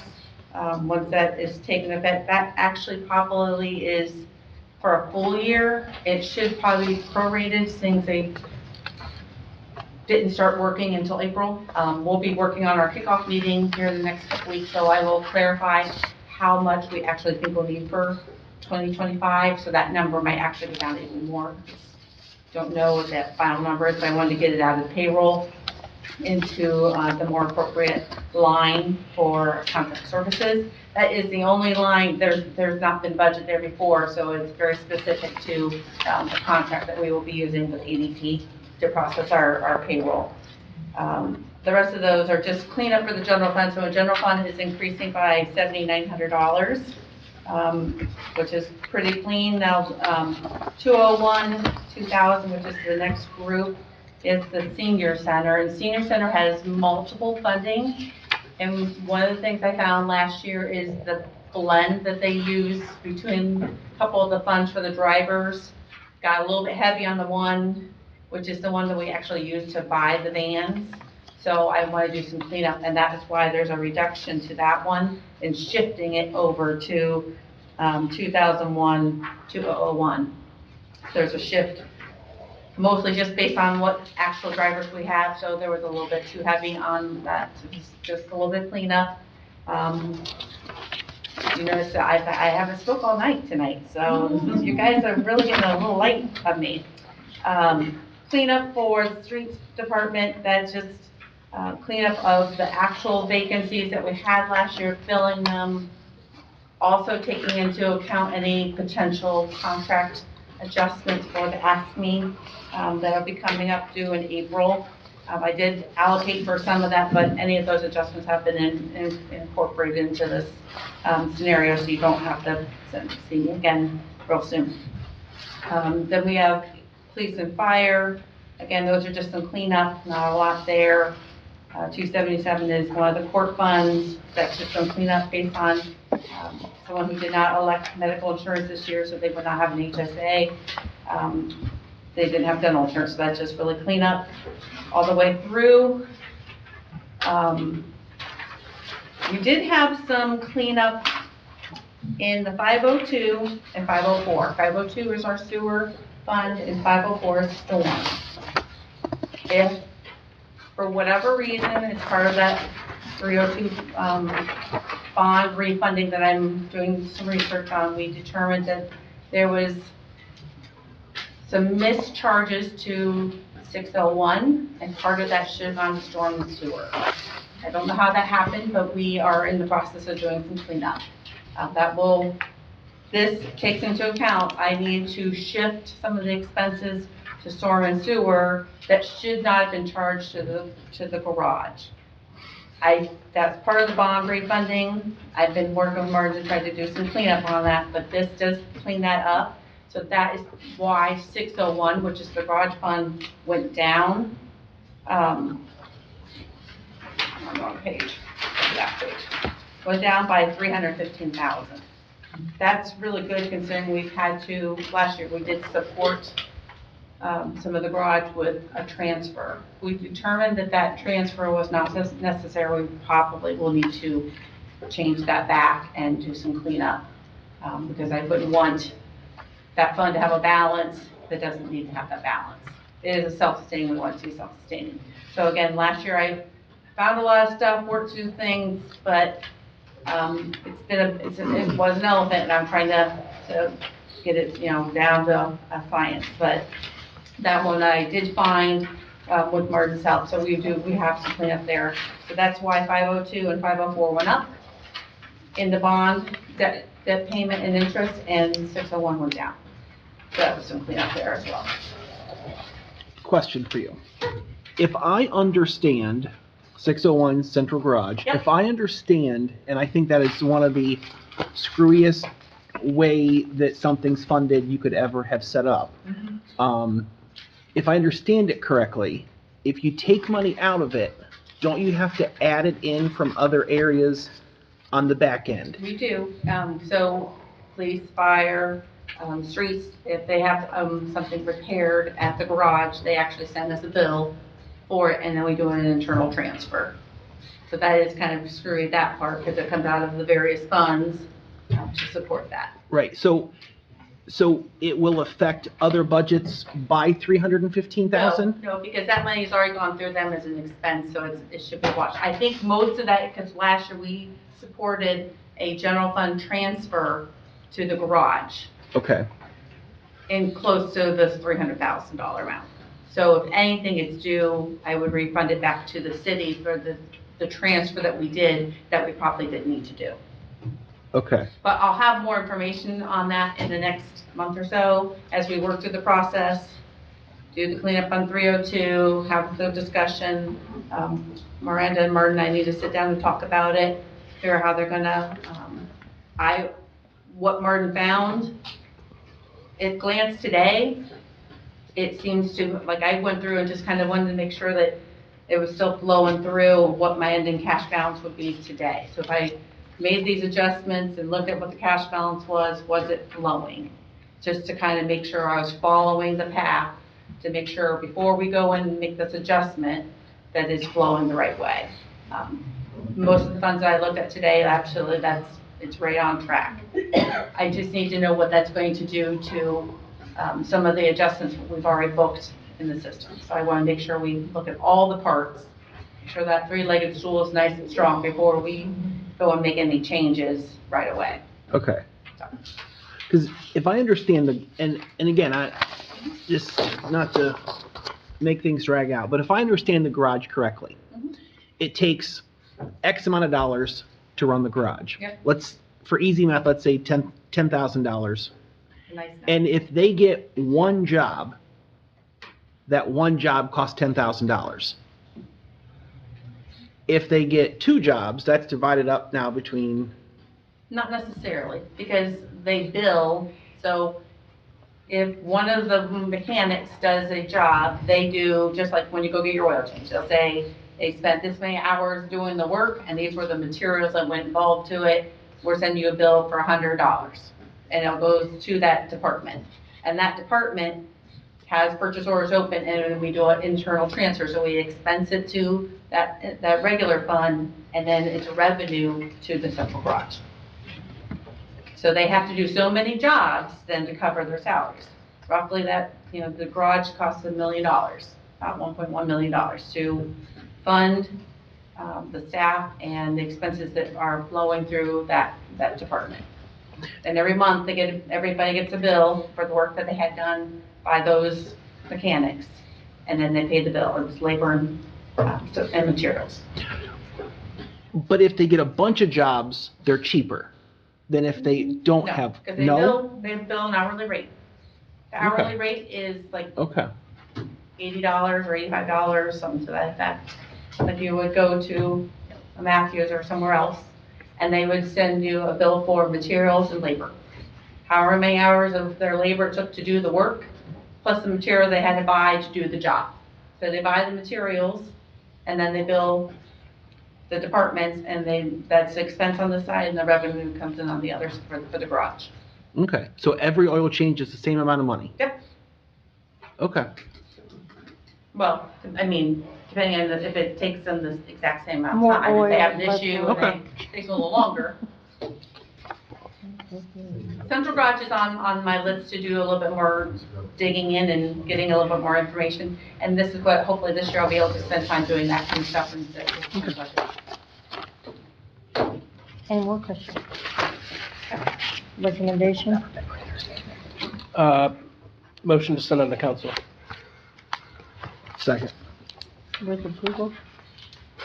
Just send on to council. Okay. Clerk take roll. Ms. Lang? Yes.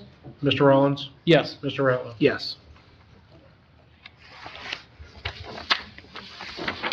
Okay, moving on to matters not on the agenda. I've been informed that we need to go into executive session to discuss this. So at this time, I'll make a motion to go into executive session with the Administration and Finance Committee and any council members that are present that would like to be a part of that, to discuss personnel. No, so the Ohio Revised Code allows for Finance Committee and Council to enter an executive session to discuss, prepare, review negotiations and bargaining sessions regarding public employees, regarding their compensation terms and conditions of employment. Those specifically listed and intended to have the discussions prior to approval by the bargaining unit and council, legislative body, to be in executive session.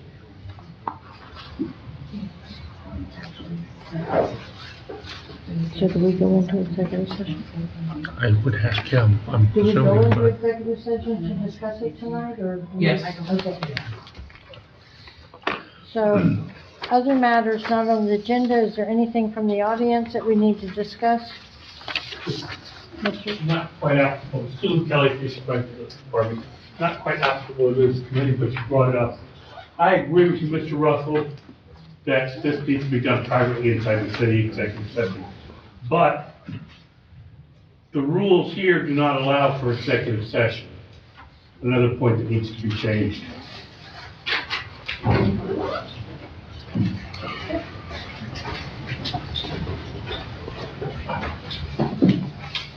Do we need a vote to go into executive session? yeah, you need a second. I'll second. Clerk take roll. Ms. Lang? Yes. Mr. Rollins? Yes. Mr. Ratliff? Yes. At this time, 8:28, we'll adjourn to go to executive session. Turn the recorder off. Yeah, they did, they don't try to.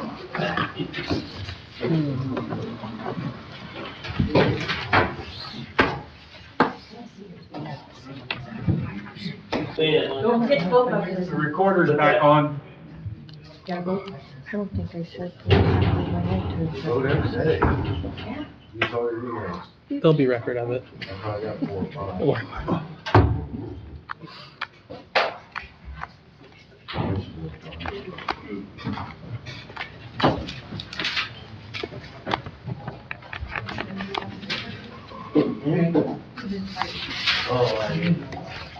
Okay. Finance Committee is back in session at 8:44 PM.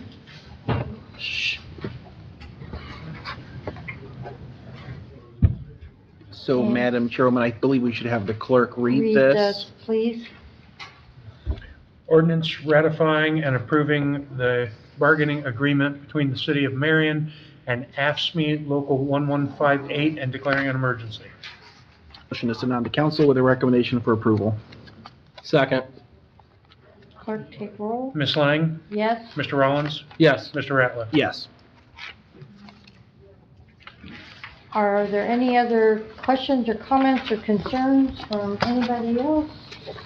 If not, Finance Committee is adjourned. 8:45. We're almost there. I'll just say it out loud. I just want to say Ms. Brown, thanks. This is a bright spot for the finance committee. Yeah. That's me too. I was like, there's no way there's that much difference between 4% Yeah. and 3.5%. But you figure if you're adding all the, one position, it can be $80,000. Correct. Was that I quick wasn't enough? taking into account. No. We were going from. But you tried. I know. Yeah, that's exactly what. If they hadn't brought me all Okay, how are you? that stuff, I'd have been good, right? I'm Yeah, no yeah. Another message from here. I can say right. Well, right. Well, they said I couldn't get done in 3 sessions. It took me 3 sessions and 23 minutes. There you go. There you go. That's my goal by now. Right. What's up? That report that Facebook reference, can we get a copy of that? How do we- Yeah,